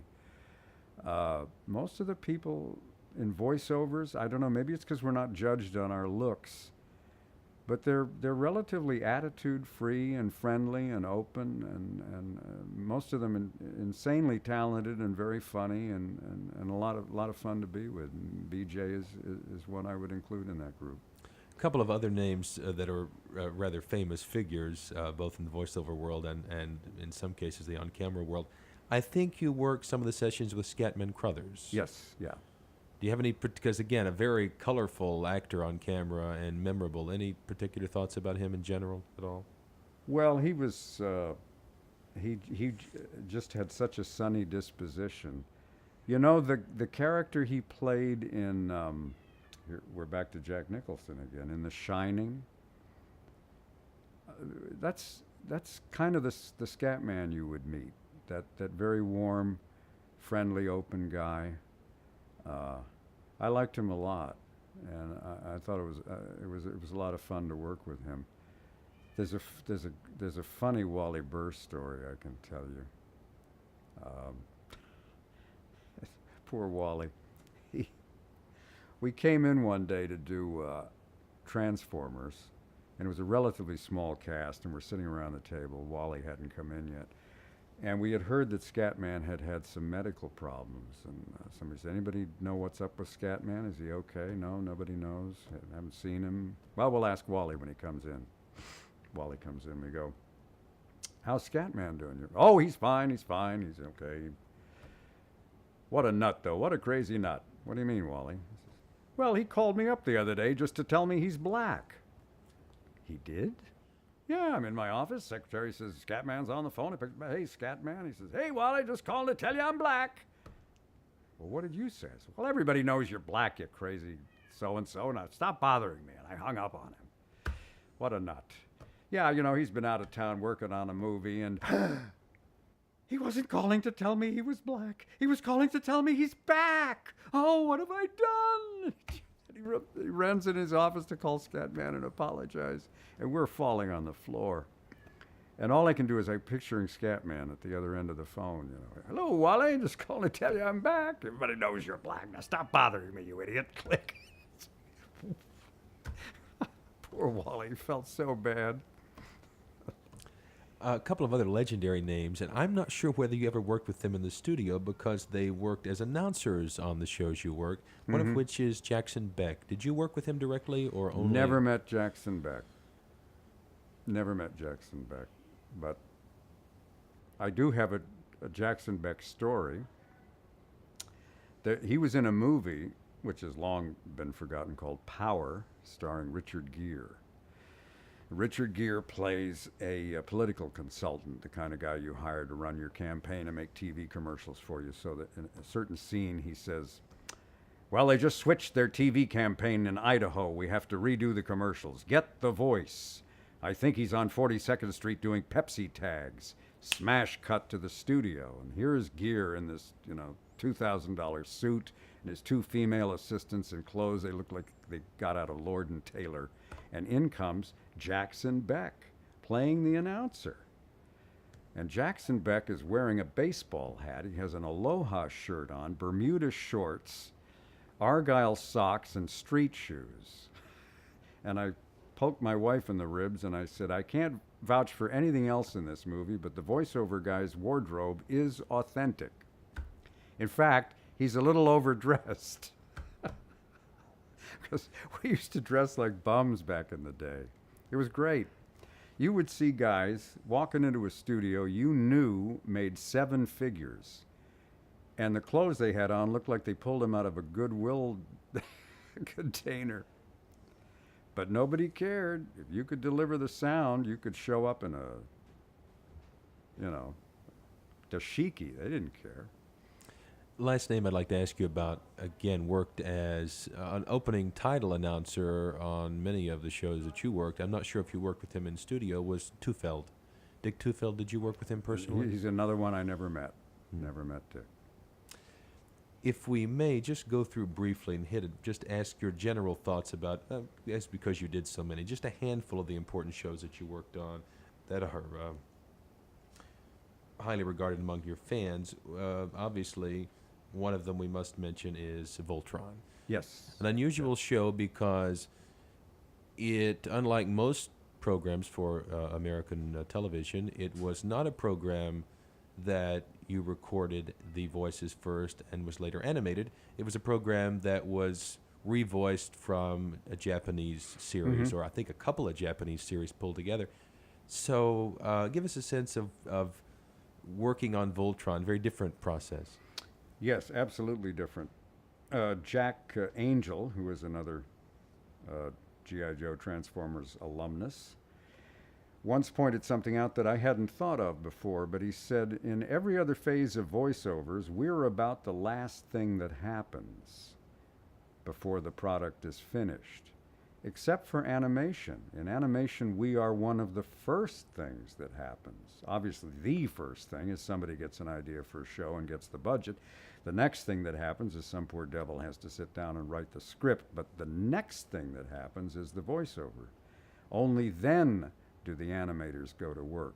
But in the case of Voltron, obviously this was an existing show. And this is another thing I only just looked up recently. I hadn't realized it, but the two guys who produced it, Peter Keefe and I'm forgetting the other fella's name. It may come to me. They bought 3 existing Japanese shows with the idea of just revoicing them. But as they looked at them, they realized for a number of different reasons this wouldn't work. So what they ended up doing was they would write original scripts and then they would comb through the footage looking for scenes that would fit these scripts. It had to be like putting a jigsaw puzzle together backwards. I can't imagine how difficult it must have been. We were oblivious to any of this by the time we got involved in the process. That had all happened. But the way it worked was we worked separately, and they would hand you the script, and next to your line would be a number, 4.5 or whatever it was, and that was the number of seconds that the character's lip flapped. And you could deliver the line in 4.4, 4.5, or 4.6. Anything longer or shorter, you had to do it again. And if it was a long speech, that's exactly what we want, but you're a second long. Okay, roll it again. Oh, now you're a second short. And it was kind of frustrating, but I have great affection for Voltron because that was very early on. I think, in fact, I know I got that just before I got the G.I. Joe and the Transformers stuff. And my God, I went from this jumped-up disc jockey who didn't even know if he could get into the business, and suddenly I'm playing a lead role in this series that's going to go 125 episodes. And I was over the moon, and I'm not working with, but in the cast were people of the caliber of B.J. Ward, who you mentioned, and Peter Cullen, and Michael Bell, and Lenny Weinrib, another legend in the business. And that was my first big breakthrough, was Voltron. Again, just hitting a handful of series. Another beloved series, also Sunbow series, same time syndicated, same business model, is Gem. Mm-hmm. You worked on Gem as well. Any thoughts on Gem? Well, all I did on there was the occasional incidental role. I only did a handful of them. It was just nice to see a show, because, in those days, I don't know if the situation has improved. Hopefully it has. The opportunities for women just weren't the way they were for the men. You'd do a show and it would be 6 guys and maybe 1 woman. And they'd have her playing 3 different characters. And at least with Gem, oh my gosh, here's a bunch of opportunities for a bunch of women to get work. And so for that alone, it was a good show. But I didn't work it very often. We talked about Rambo briefly. Again, here is a role where you're playing the lead and you're recreating a character. I didn't ask you specifically, how did Rambo come into your life?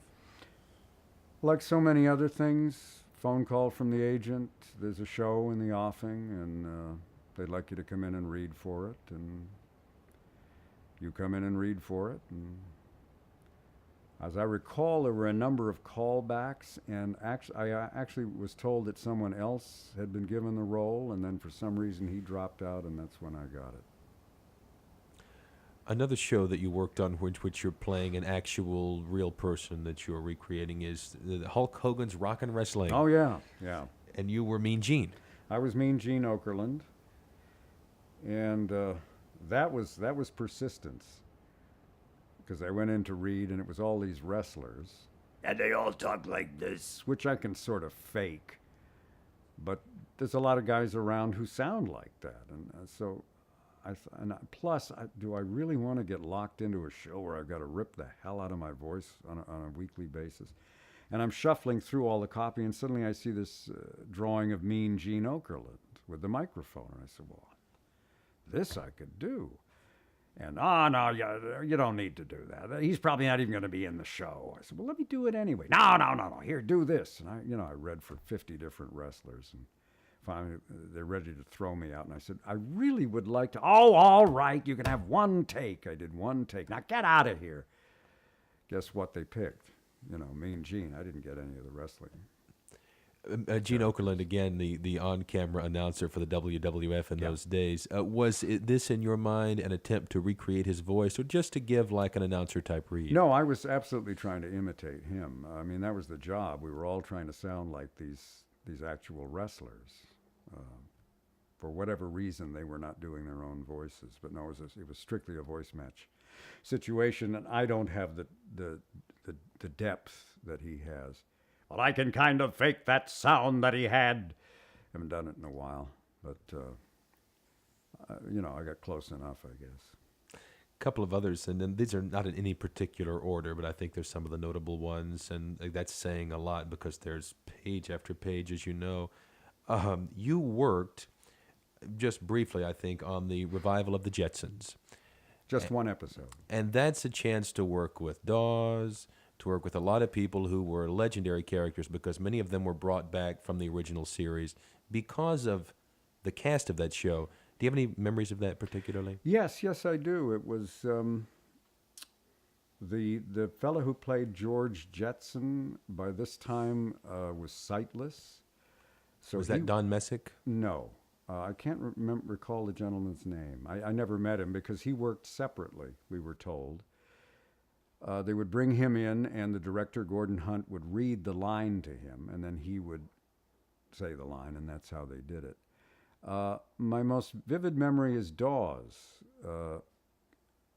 Watching him come in, and he was quite old by then and stooped over, and he had this cane with a tripod at the bottom, and he was moving very slowly, and he got in front of the microphone, and Suddenly out came the voice of this teenager. Gee, Pop, can I borrow the spaceship? and I thought, wow, what a wonderful business. I mean, I don't mean to denigrate him in any way, but here's this man pretty close to the end of his life, and he can still do it. Crystal clear it came out. It was Leroy Jetson, and I thought, what fun to be a tiny little part of this legendary show. I just did the one episode, but I'm very glad that I did. Speaking of Frank Welker earlier, you worked on a character that Frank also voiced, Captain O.G. Reedmore. Yes, yeah. And I think Frank had created the character first, if I recall. That's what I was told, yes. So, in coming in to do that role, because it's a beloved character, both from the specials, the story break, and also from many PSAs, was there an attempt on your part to recreate his sound, or was it just your own version? No, I don't know why Frank stopped doing it. I've never discussed it with him. But I was told he was not going to be involved anymore, and that they wanted to come up with something new. And so I just went in and did various things. I can't recall if it was suggested to me or I just came up with it. It was sort of a knockoff of Ronald Coleman, if that makes any sense. And that may have been a suggestion on the part of the producer, I don't recall. But it was a slight English accent with a little bit of a grit in the throat. You remember Ronald Coleman? He used to be on the Jack Benny Show. And that was another failed impression that got me a job. You were talking about Dawes a moment ago, and because I asked this because you're bringing these characters back in your mind, and you're saying in some cases I haven't done these in a while. Dawes said that when they redid the Jetsons, they were all asked to audition again, even though they had done them originally, because, and as Dawes put it, they thought we might not remember. But Dawes said they're not voices, they're characters, Yeah. and you never forget a character. Do you find with your great list of characters, is that true that you remember them as characters, not as voices? Oh, absolutely. But maybe because I'm not as gifted as Dawes, sometimes if I haven't done it in a while, it takes me a little bit of work to get the placement back to where I sound like the previous character. Actually, having to read for a part you've already done is not that unusual. I don't know why they do that, but they do it. Whenever they reboot a show. In fact, sometimes it's a kiss of death to have done the character in the earlier version. They don't want to have anything to do with you. It's almost like you're tainted somehow. But it's a funny thing. Jim Cummings, who's another wonderfully gifted voiceover talent, started out as a singer. He's a musician. I think he plays the drums, and he sang in rock and roll bands. And he said somehow the singing helps him find a vocal placement. And he said to me, I don't know how you guys who are not singers even do this job. And I said, well, I don't know what you're talking about with the singing. I guess it makes sense to him. I don't understand how that works. So... One of your fellow G.I. Joe cast members, Will Ryan, has talked about voiceover in the sense of the musicality of voiceover in the sense of the musicality of speech. Well, Will is another musician and singer, I believe. So he probably comes to it the same way Jim does. But I'm not a singer, so I don't know what they're talking about. Just three more, if I may, questions about animation voiceover, and they are three important shows, with at least, I think, in the minds of your fans. One is the Inhumanoids. Mm-hmm. Any thoughts on that show or your characters? No, not really. It was not a very successful show, as I recall. And, I enjoyed the character that I played. And, at the time, who knew? For all I knew, Inhumanoids would be the show they would remember in 30 years, but it wasn't. So... Another, and you've talked about this in interviews, is your fondness for your work in Attack of the Killer Tomatoes. Yes, yeah. And in this series, amongst other characters, you play a recurring role as a sort of pompous, over-the-top newscaster. Right. You have implied in interviews that you based this voice on an actual Los Angeles area broadcaster. I could run in my head a few guesses. If you're willing to share, who was the inspiration for that character? I had George Putnam in mind most of the time.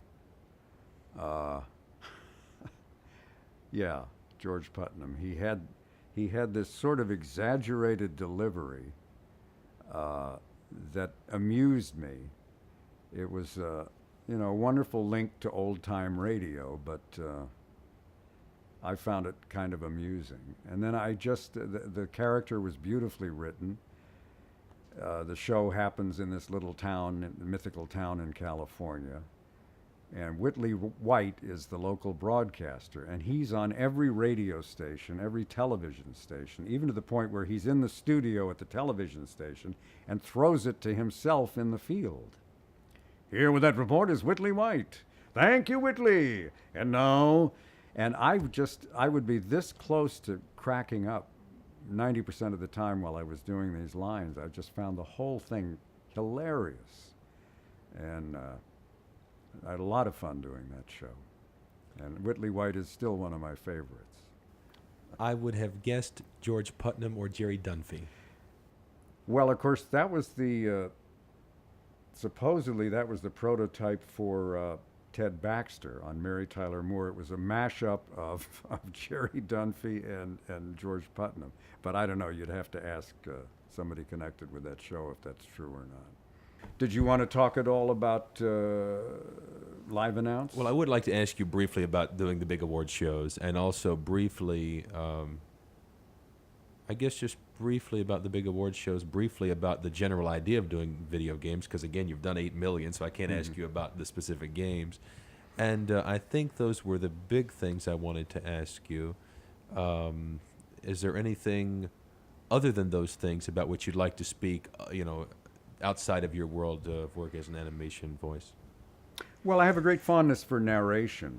Okay. And I was very fortunate that I got to do about 25, 26 episodes of a show that I was a huge fan of for years. And that's Nova, which runs on public television. And it was a huge thrill to get to do those and be a small part of that show. I think it's a wonderful show. Well, then let's talk about that. It's interesting. You said you got into the animation field from having been more or less a industrial voiceover, doing like an announce type read. It sounds like, and then after all the years of doing animation, you've had the opportunity to go back and do narration work again, which is a unique skill. And to carry a big show like that, and that is anything associated with PBS, especially Nova, which has run for so many years, that is an august credit. What would you like to say about getting that job? Well, it was a wonderful stroke of luck. It began when I was asked if I would do a show, a documentary, which was called Sugihara, Conspiracy of Kindness. And it was a show put together by a woman named Diana Stelvicari. She had been doing interviews with Holocaust survivors at the Simon Wiesenthal Center, and over again, this name Sugihara started cropping up, and she got curious and eventually discovered this story of this Japanese diplomat who in Lithuania managed to save a couple of thousand Jews in the beginning of World War II. And you say, well, how does a Japanese guy end up in Lithuania saving Jews? And therein lies a wonderful story. And I was so lucky to get the job of narrating this thing. If you ever get a chance to watch it, but have a couple of handkerchiefs handy. It's a very, very moving story. And eventually that show found its way to PBS, and it aired the night of Shoah Remembrance Day, I believe in 2006. At any rate, someone from Nova watched it and said, I like that narrator. Find out who he is and how to get in touch with him. And that's how I got to do the Novas, was through the Sugihara connection. And it's my parents... I remember they were never terribly interested in any of this stuff that I did, but they told me that they heard an interview with James Earl Jones, and the interviewer said something like, well, you're doing voiceovers now, I guess that's an easy buck. And according to my parents, I didn't hear the interview. Jones said something like, no, on the contrary, it's some of the hardest work I've ever had to do. Really? Why? Well, when you do a play or a film, you get the script months in advance. You have time to think about it, research it, mull it over, prepare. He says, voiceovers, you walk in somewhere, they thrust a script in your hand and expect you to perform immediately, which is kind of what happens. And I've had this, you walk in and here's the script, take a look. And then they start to talk to you. You know, this is a wonderful show and we're going to do this and that. And have you met Harry over here? Okay, you ready to go? Well, okay. You haven't even had a chance to look at anything. And into it you go, cold reading it. But Nova was wonderful. They would send a rough cut of the show about a week or 10 days before the recording session with the full script.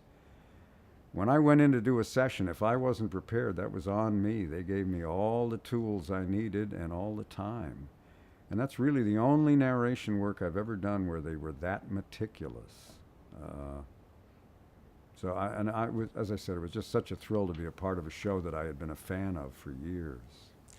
Do you, when you have the opportunity, are you a big believer in marking copy heavily? Do you have a proprietary way I'll use the term proprietary loosely, a specific way of marking copy for yourself? Do you more or less read the copy and you have it in your head? I don't make a lot of marks on the page unless they decide to rewrite on the fly, or sometimes there's something funny and I underline it, like "be careful here," because when I rehearsed it, it was a bit of a problem. But I don't make a lot of marks on the copy usually. No. Are there other specific narration, before we talk about some of the other imaging and that sort of thing, in the field of narration, are there other specific credits that you're especially fond of? Well, let me think. Well, I guess probably, I don't know if you would call this a narration or not. It kind of was. I got to be the voice of the Biff Tannen Museum in Back to the Future 2.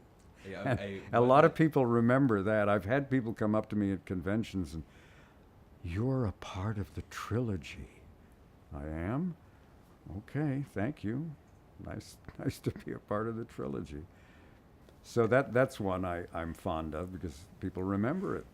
A very beautifully done, very specific, very memorable announce read, doing like in the film what is something like almost an industrial film in the film, or promotional film within the film, for Biff Tannen's rise and his casino and all that stuff. That wonderfully done, very memorable, and a memorable part of those films for your fans. Thank you. In doing those type reads, do you find that in doing animation work, there's a great complexity of many types of characters and voices? In doing those type reads, do you find that you have a deep bench of different types of reads that you bring to announce or to narration in the same way that you do to animation? No, it's hard to describe. Somebody commented on something that I had done, maybe one of the Novas, and she said, "I hope you won't be upset with me, but it was all so interesting that midway through I forgot it was you, and I just enjoy." And I said, "Believe it or not, that's a compliment. That's what I'm striving for. You want to impart the information, but you don't want to become a distraction. You want to weave yourself into the entire show in such a way that they're not focusing, oh, the announcer is weird, the announcer this, the announcer that." So when she said, "I forgot it was you," I said, "That's exactly what I was striving to achieve. Thank you." You've done, as I mentioned, a great deal of imaging work also, and that's, again, talking about the specifics of broadcasting. That's a specific idea, imaging. You were the network voice of Game Show Network for a number of years. You've done other things, both local and national. Imaging, again, a specific type of voice work. Do you have any thoughts on imaging or any specific favorite jobs in imaging? Well, it was fun to do the game show thing because they were sort of young and starting up, and they were experimenting and trying stuff, comedic stuff, straight stuff, all over the map, and it was kind of fun. I haven't done a lot of promo work. I've done some. It tends to be all the same thing to me. I can't believe that essentially the promos you look at today are exactly the same as they were in the 80s. Ernie Anderson isn't voicing them anymore, but it's still a must-see event, the most amazing thing that's ever happened on television. I'm going, don't they know that the audience is out there going, yeah, right, sure, mm-hmm. Isn't there some other way to promote a show other than yelling at me and showing me a 2-second clip? Maybe there isn't, I don't know. But I keep waiting for somebody to come up with a new improved promo. They never seem to do it. And the people who do it, they make a lot of money, but a lot of them seem very unhappy somehow. And I think it's because they just do the same thing all day long. There's no challenge. You know, the interesting thing about the career that I had was you go from narrating Nova to playing a monster for Wally Burr to doing who the hell knows what in a video game. It's every day is different. Whereas if I had to come in every day and go, a must-see TV event, I think that would bore the hell out of me. I don't care how much they pay. Two credits I'd love to ask you about, and you may have other credits that relate to this also, are your work as a live announcer for both the Emmys and the Oscars. Now, that is interesting because as much as you've done a lot of live broadcasting, most of your big work on the networks is work that's pre-recorded, has sure, been over the years. sure. So to go into an announce booth or to some announced situation in a live telecast and go up on one of the major networks for, say, a 3-hour event or more, and it's live, and you've got a lot of copy, and it's all going to come off exactly on time, that's, again, a specific skill, and I think a challenging skill, and probably a very exciting thing to do. At least it could be for some people in your field. What are your thoughts on those jobs and jobs like them? How did you get involved in those types of work? Well, I started at the top. The first thing I did was the Oscars. I started. It was an audition. Would you like to audition for the Oscars? Well, sure. I mean, I'm not going to get this, but I'll come in. What the hell? So we did the first round, and then they said, well, you made it to the finals. The director is actually going to come to the audition. And that's an amazing individual named Lou Horvitz. And he's quite a character. He and his guys, this is what they do, live event television. They have this gigantic trailer which has a full TV studio in it and an audio setup and recording equipment. And they just roll up to a venue, run the cables in, and put on a television show.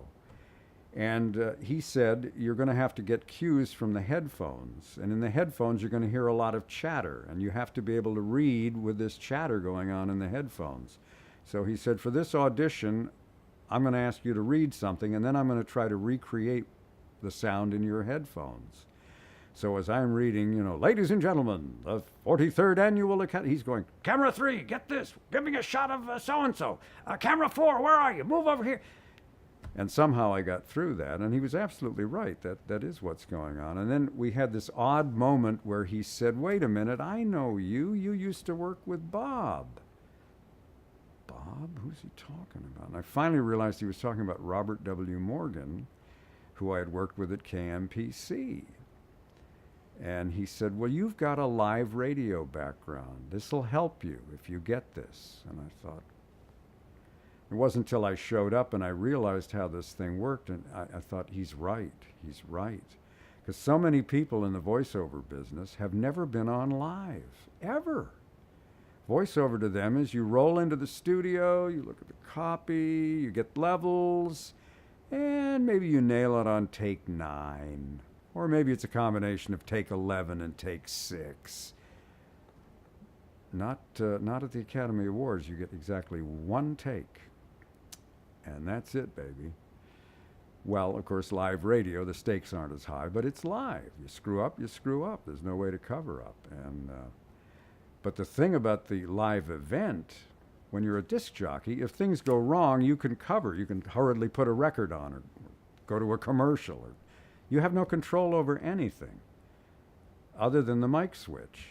And when that voice in the headphone says, stand by, announce, go, you're on. And it's like this giant machine that is rolling along, and you got to mesh with those cogs or it'll roll right over you. And for someone who's never been on live, I would imagine it'd be very intimidating. And I remember I had this this little box with a red button. And when I pushed the red button, it would light up. And that meant the mic was hot. And this is a worldwide telecast. I thought, I pushed that button. It's not hello San Diego. It's not hello Honolulu. It's not hello Lewiston, Idaho. It's hello world. Wow. And am I going to screw up tonight in front of God and everybody? With Jack Nicholson sitting in the front row, who probably would have thought it was hilarious. Hey, the announcer fouled up. But you sit there and you think, what the hell have I done? How did I get into this? I thought about telling him I can't do this. And then a thought popped into my mind, and that was, if you're going to do this, if not now, when? I mean, I was in my 60s by this point, It's about damn time if you're ever going to do it, sonny boy. This is the moment. So I went in and did it, and thank God it went okay. And, of course, I was one of 2 announcers on that show. I worked with Randy Thomas, who's another marvelous professional. ex-radio person. And she's done a ton of these. I think she does the Tonys now. And she helped me a lot. She was very generous and shared a lot of her wisdom with me. And we got through it. Well, as I would have assumed, and as you implied in this exchange, that there was, despite your great experience, there was excitement, and there was some nervousness about going up live on such a big event. Well, you have all these names. Again, Nova and the Academy Awards were the two things where I got all kinds of help. They give you a sheet of all the names phonetically spelled, then they give you a recording of somebody pronouncing the names. So if you get the names wrong, it's on you. But there's phrases. I would drive to the rehearsals because the rehearsal schedule was just insane.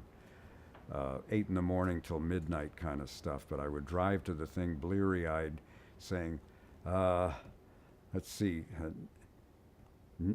Nia, I've forgotten her first name now, the woman from Greek Wedding. Vardalos is how you pronounce her last name. And then it was Catherine Zeta, rhymes with cheetah Jones, and et cetera, et cetera. There were a number of them. Oh, and Brendan Fraser rhymes with razor. I still remember that. In a show of this nature, and I'm sorry, I was going to say, the other thing that's scary as hell is you don't know who's going to win. So you've got this script, and it's got 5 paragraphs, one for each winner, and you're supposed to read the correct paragraph. And my greatest fear would be Joe Blow would win, and I would be reading Harry Schmidlap's biography as he walked up to the stage. And I mean, they say, Joe Blow's the winner! And you go, where the hell? I'm trying to find Joe Blow on this page, and suddenly it's not there anymore. And we had this wonderful production assistant, and she was on it. She'd just stab her finger on the page, and, oh yeah, she's right, and you'd go with it. At one point, I missed a cue, and she hit me on the back of the head, and I went. And she said, I hope you don't mind me. I said, sweetie, hit me with a brick if you have to. Don't let me miss a cue. She saved my bacon a couple of times. I was going to ask you about that very thing, about the fact that in a live show like this, the copy's evolving as you're doing it. In the show like the Oscars or the Emmys, does the work more or less follow the announcer, or is the announcer more or less watching the monitor and following his work along with the image? Oh, you have a monitor and you have headphones. One side of the headphones is the truck, and you hear all that cacophony of voices in there, the director calling for cameras and shots and what have you. And the other side of the headphones is the program.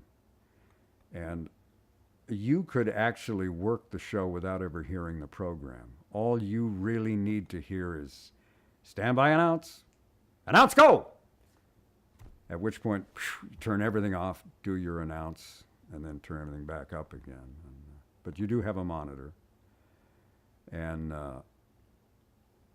it's interesting to watch the rehearsals.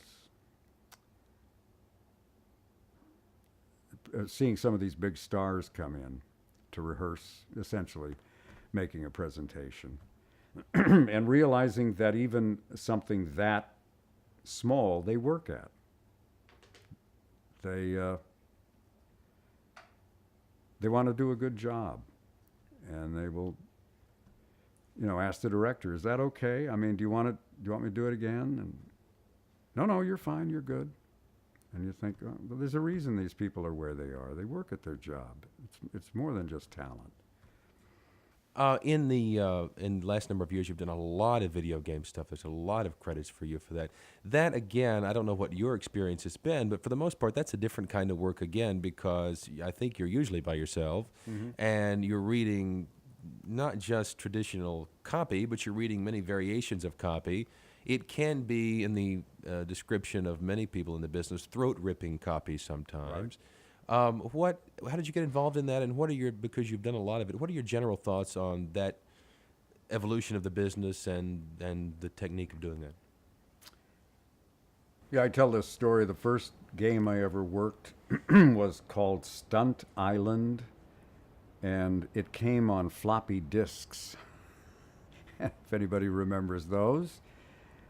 And I did, I think, 9 lines, and the producer said that's all we have room for, are 9 lines. And to think that was maybe 92, 91, 92, and to think what it encompasses today, it's just astonishing. I hear a lot of performers complaining about throat-ripping voices in sessions that take their toll. I've been very fortunate.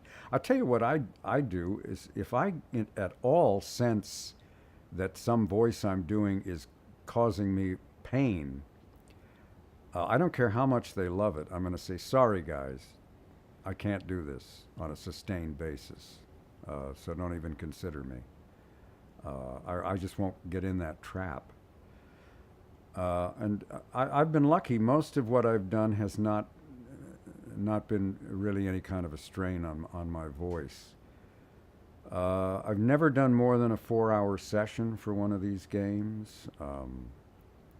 Well, I did the Codex narrator in, oh gosh, now I'm forgetting the name of the show.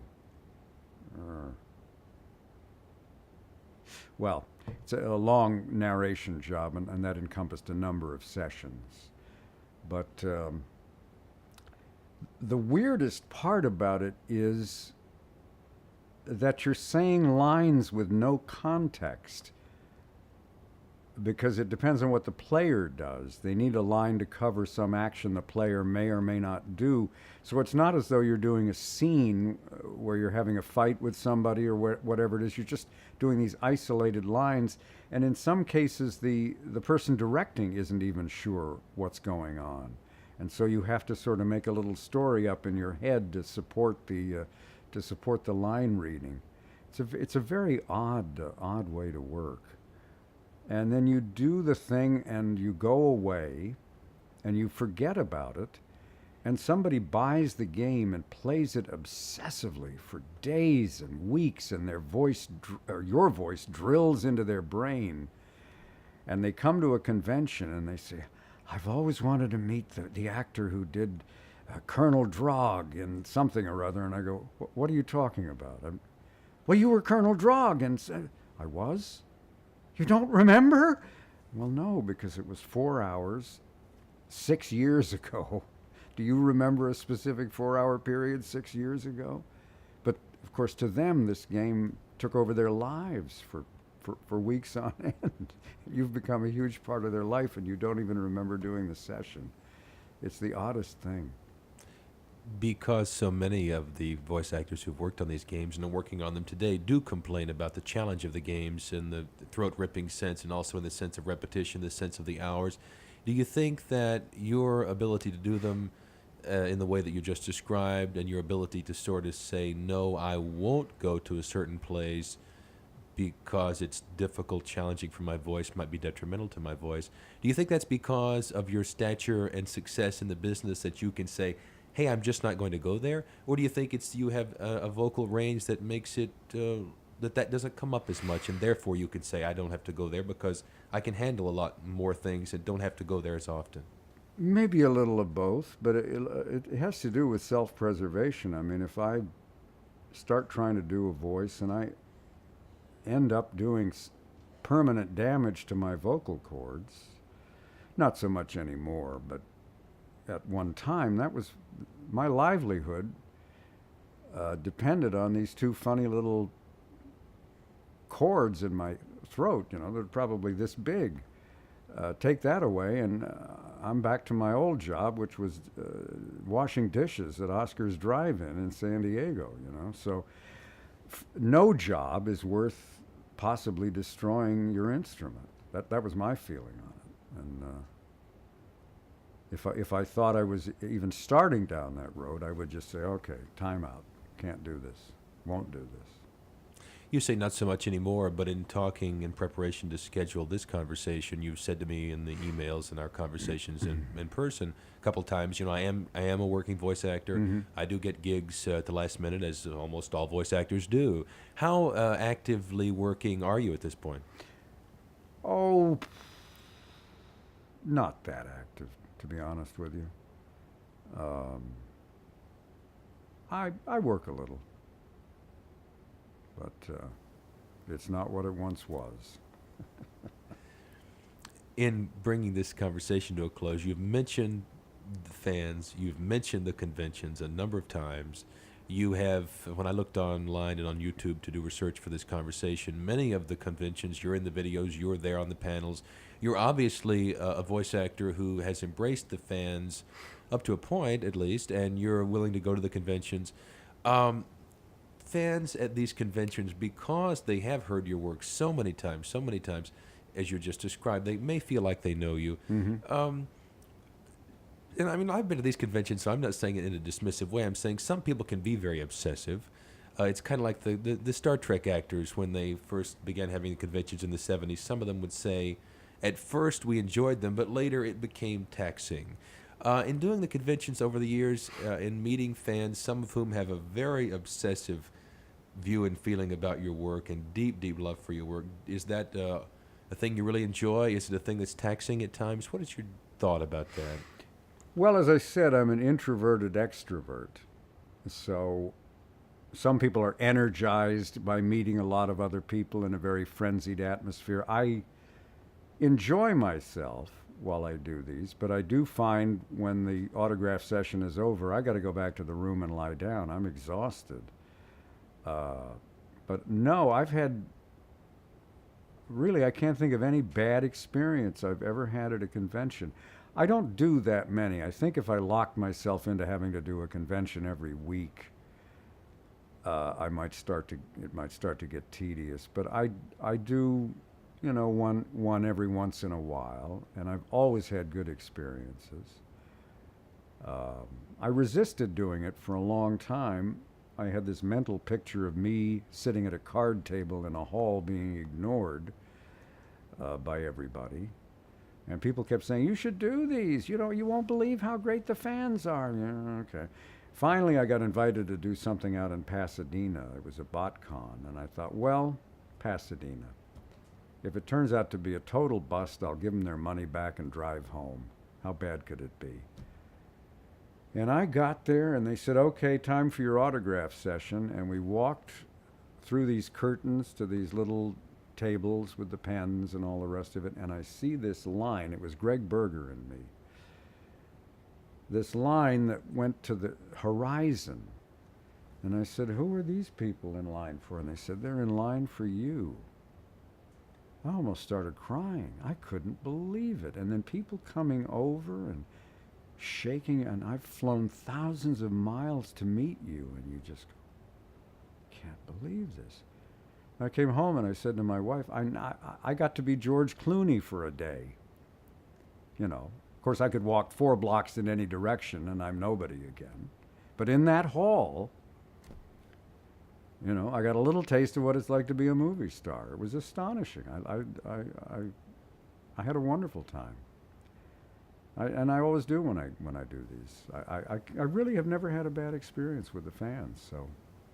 It must be interesting to have done these voices 30 years ago in some cases more recently, and then have people want you to autograph an action figure, for example, or a comic book or something for the character that you, for whose voice you created. I mean, you were engaged in a very specific part of the overall work, and yet to them you are the person who most represents that character, and really you are the person who gave it life.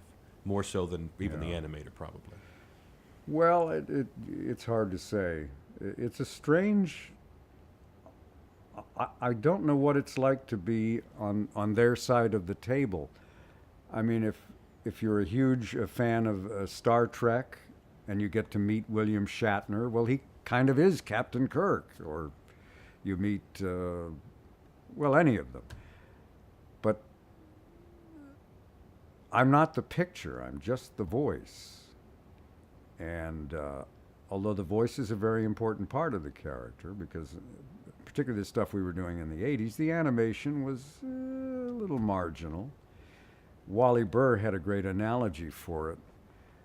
He said, the picture is like the body of a car. Beautiful colors, chrome, the paint, the design. But he said the voice, the soundtrack, is the engine. And without the engine, that car ain't going anywhere. I used to tell people, you know, watch a cartoon and turn the sound off. Now what do you got? Now turn the sound back up and turn your back on the picture. You may not know what the action is, because unlike radio, they don't explain it to you, but the energy will still be there. So it is an important part of the process, and yet they're not really meeting Shipwreck when they meet me, or Springer, or any of these characters. But it doesn't. But it doesn't seem to bother them. They seem to enjoy it anyway, and I'm very glad that they do. Two last questions. One is that at the time that you did most of your, the greatest volume of your animation work and the work that's most beloved and most remembered, it was at a time that really was, in many people's minds, a golden age of television animation. There was so much on the networks and also in syndication.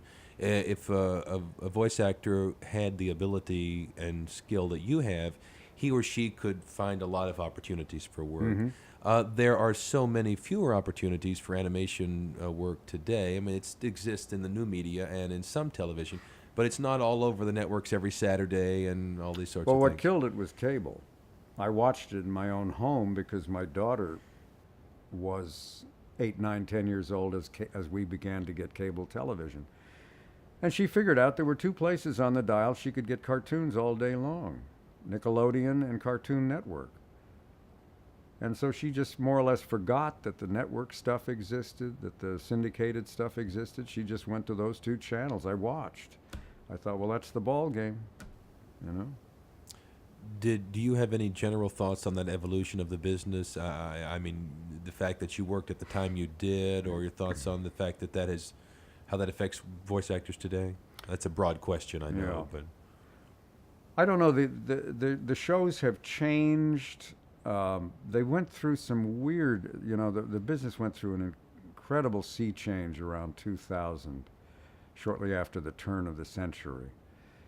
A lot of new people got in, and they wanted to do things differently, and not necessarily better, in my opinion, but, you know, they were in charge. They went through a period where they wanted their actors to actually sound like the characters.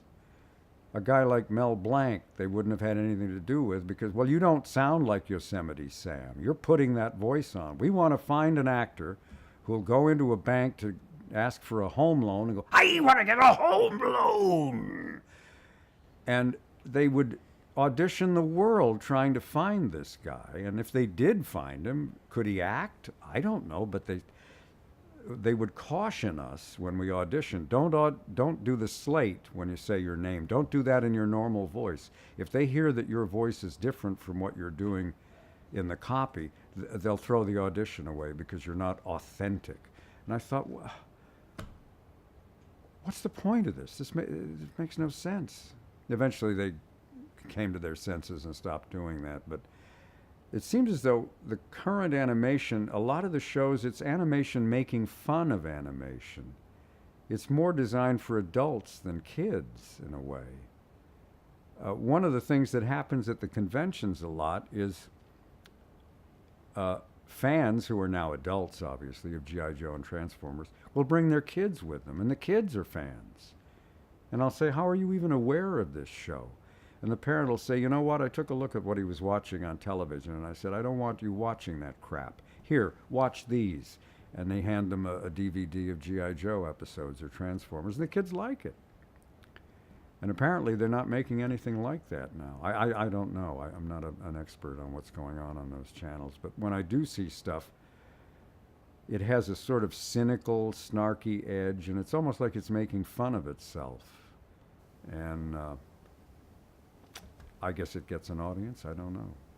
And the last question about the evolution of the business, and you sort of briefly hinted at it, is in the era in which you were working and before, if one were to cast like a big feature, for example, one would, if one wanted a female voice, one might go to a June Foray, for example, who had a deep bench of voices and was a very skilled voice actress.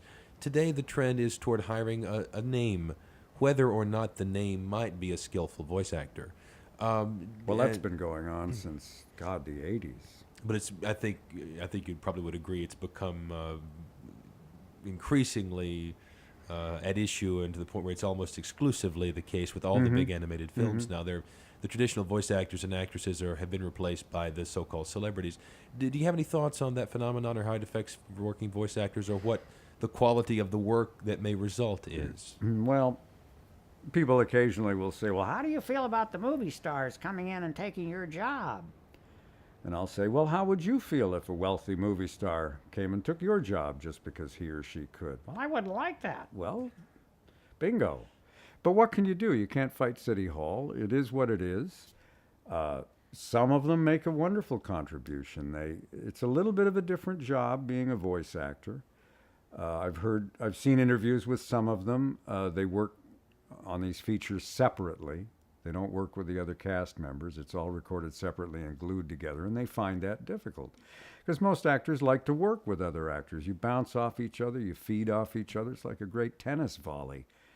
And so suddenly being in a room all alone, conjuring a voice in a vacuum is difficult for them, and I can understand that. But some of them do a wonderful job. I mean, the late Robin Williams, for instance, I used to say, look, if he'd never become a movie star, he'd have had a great voiceover career. He'd have been right up there with Welker, you know.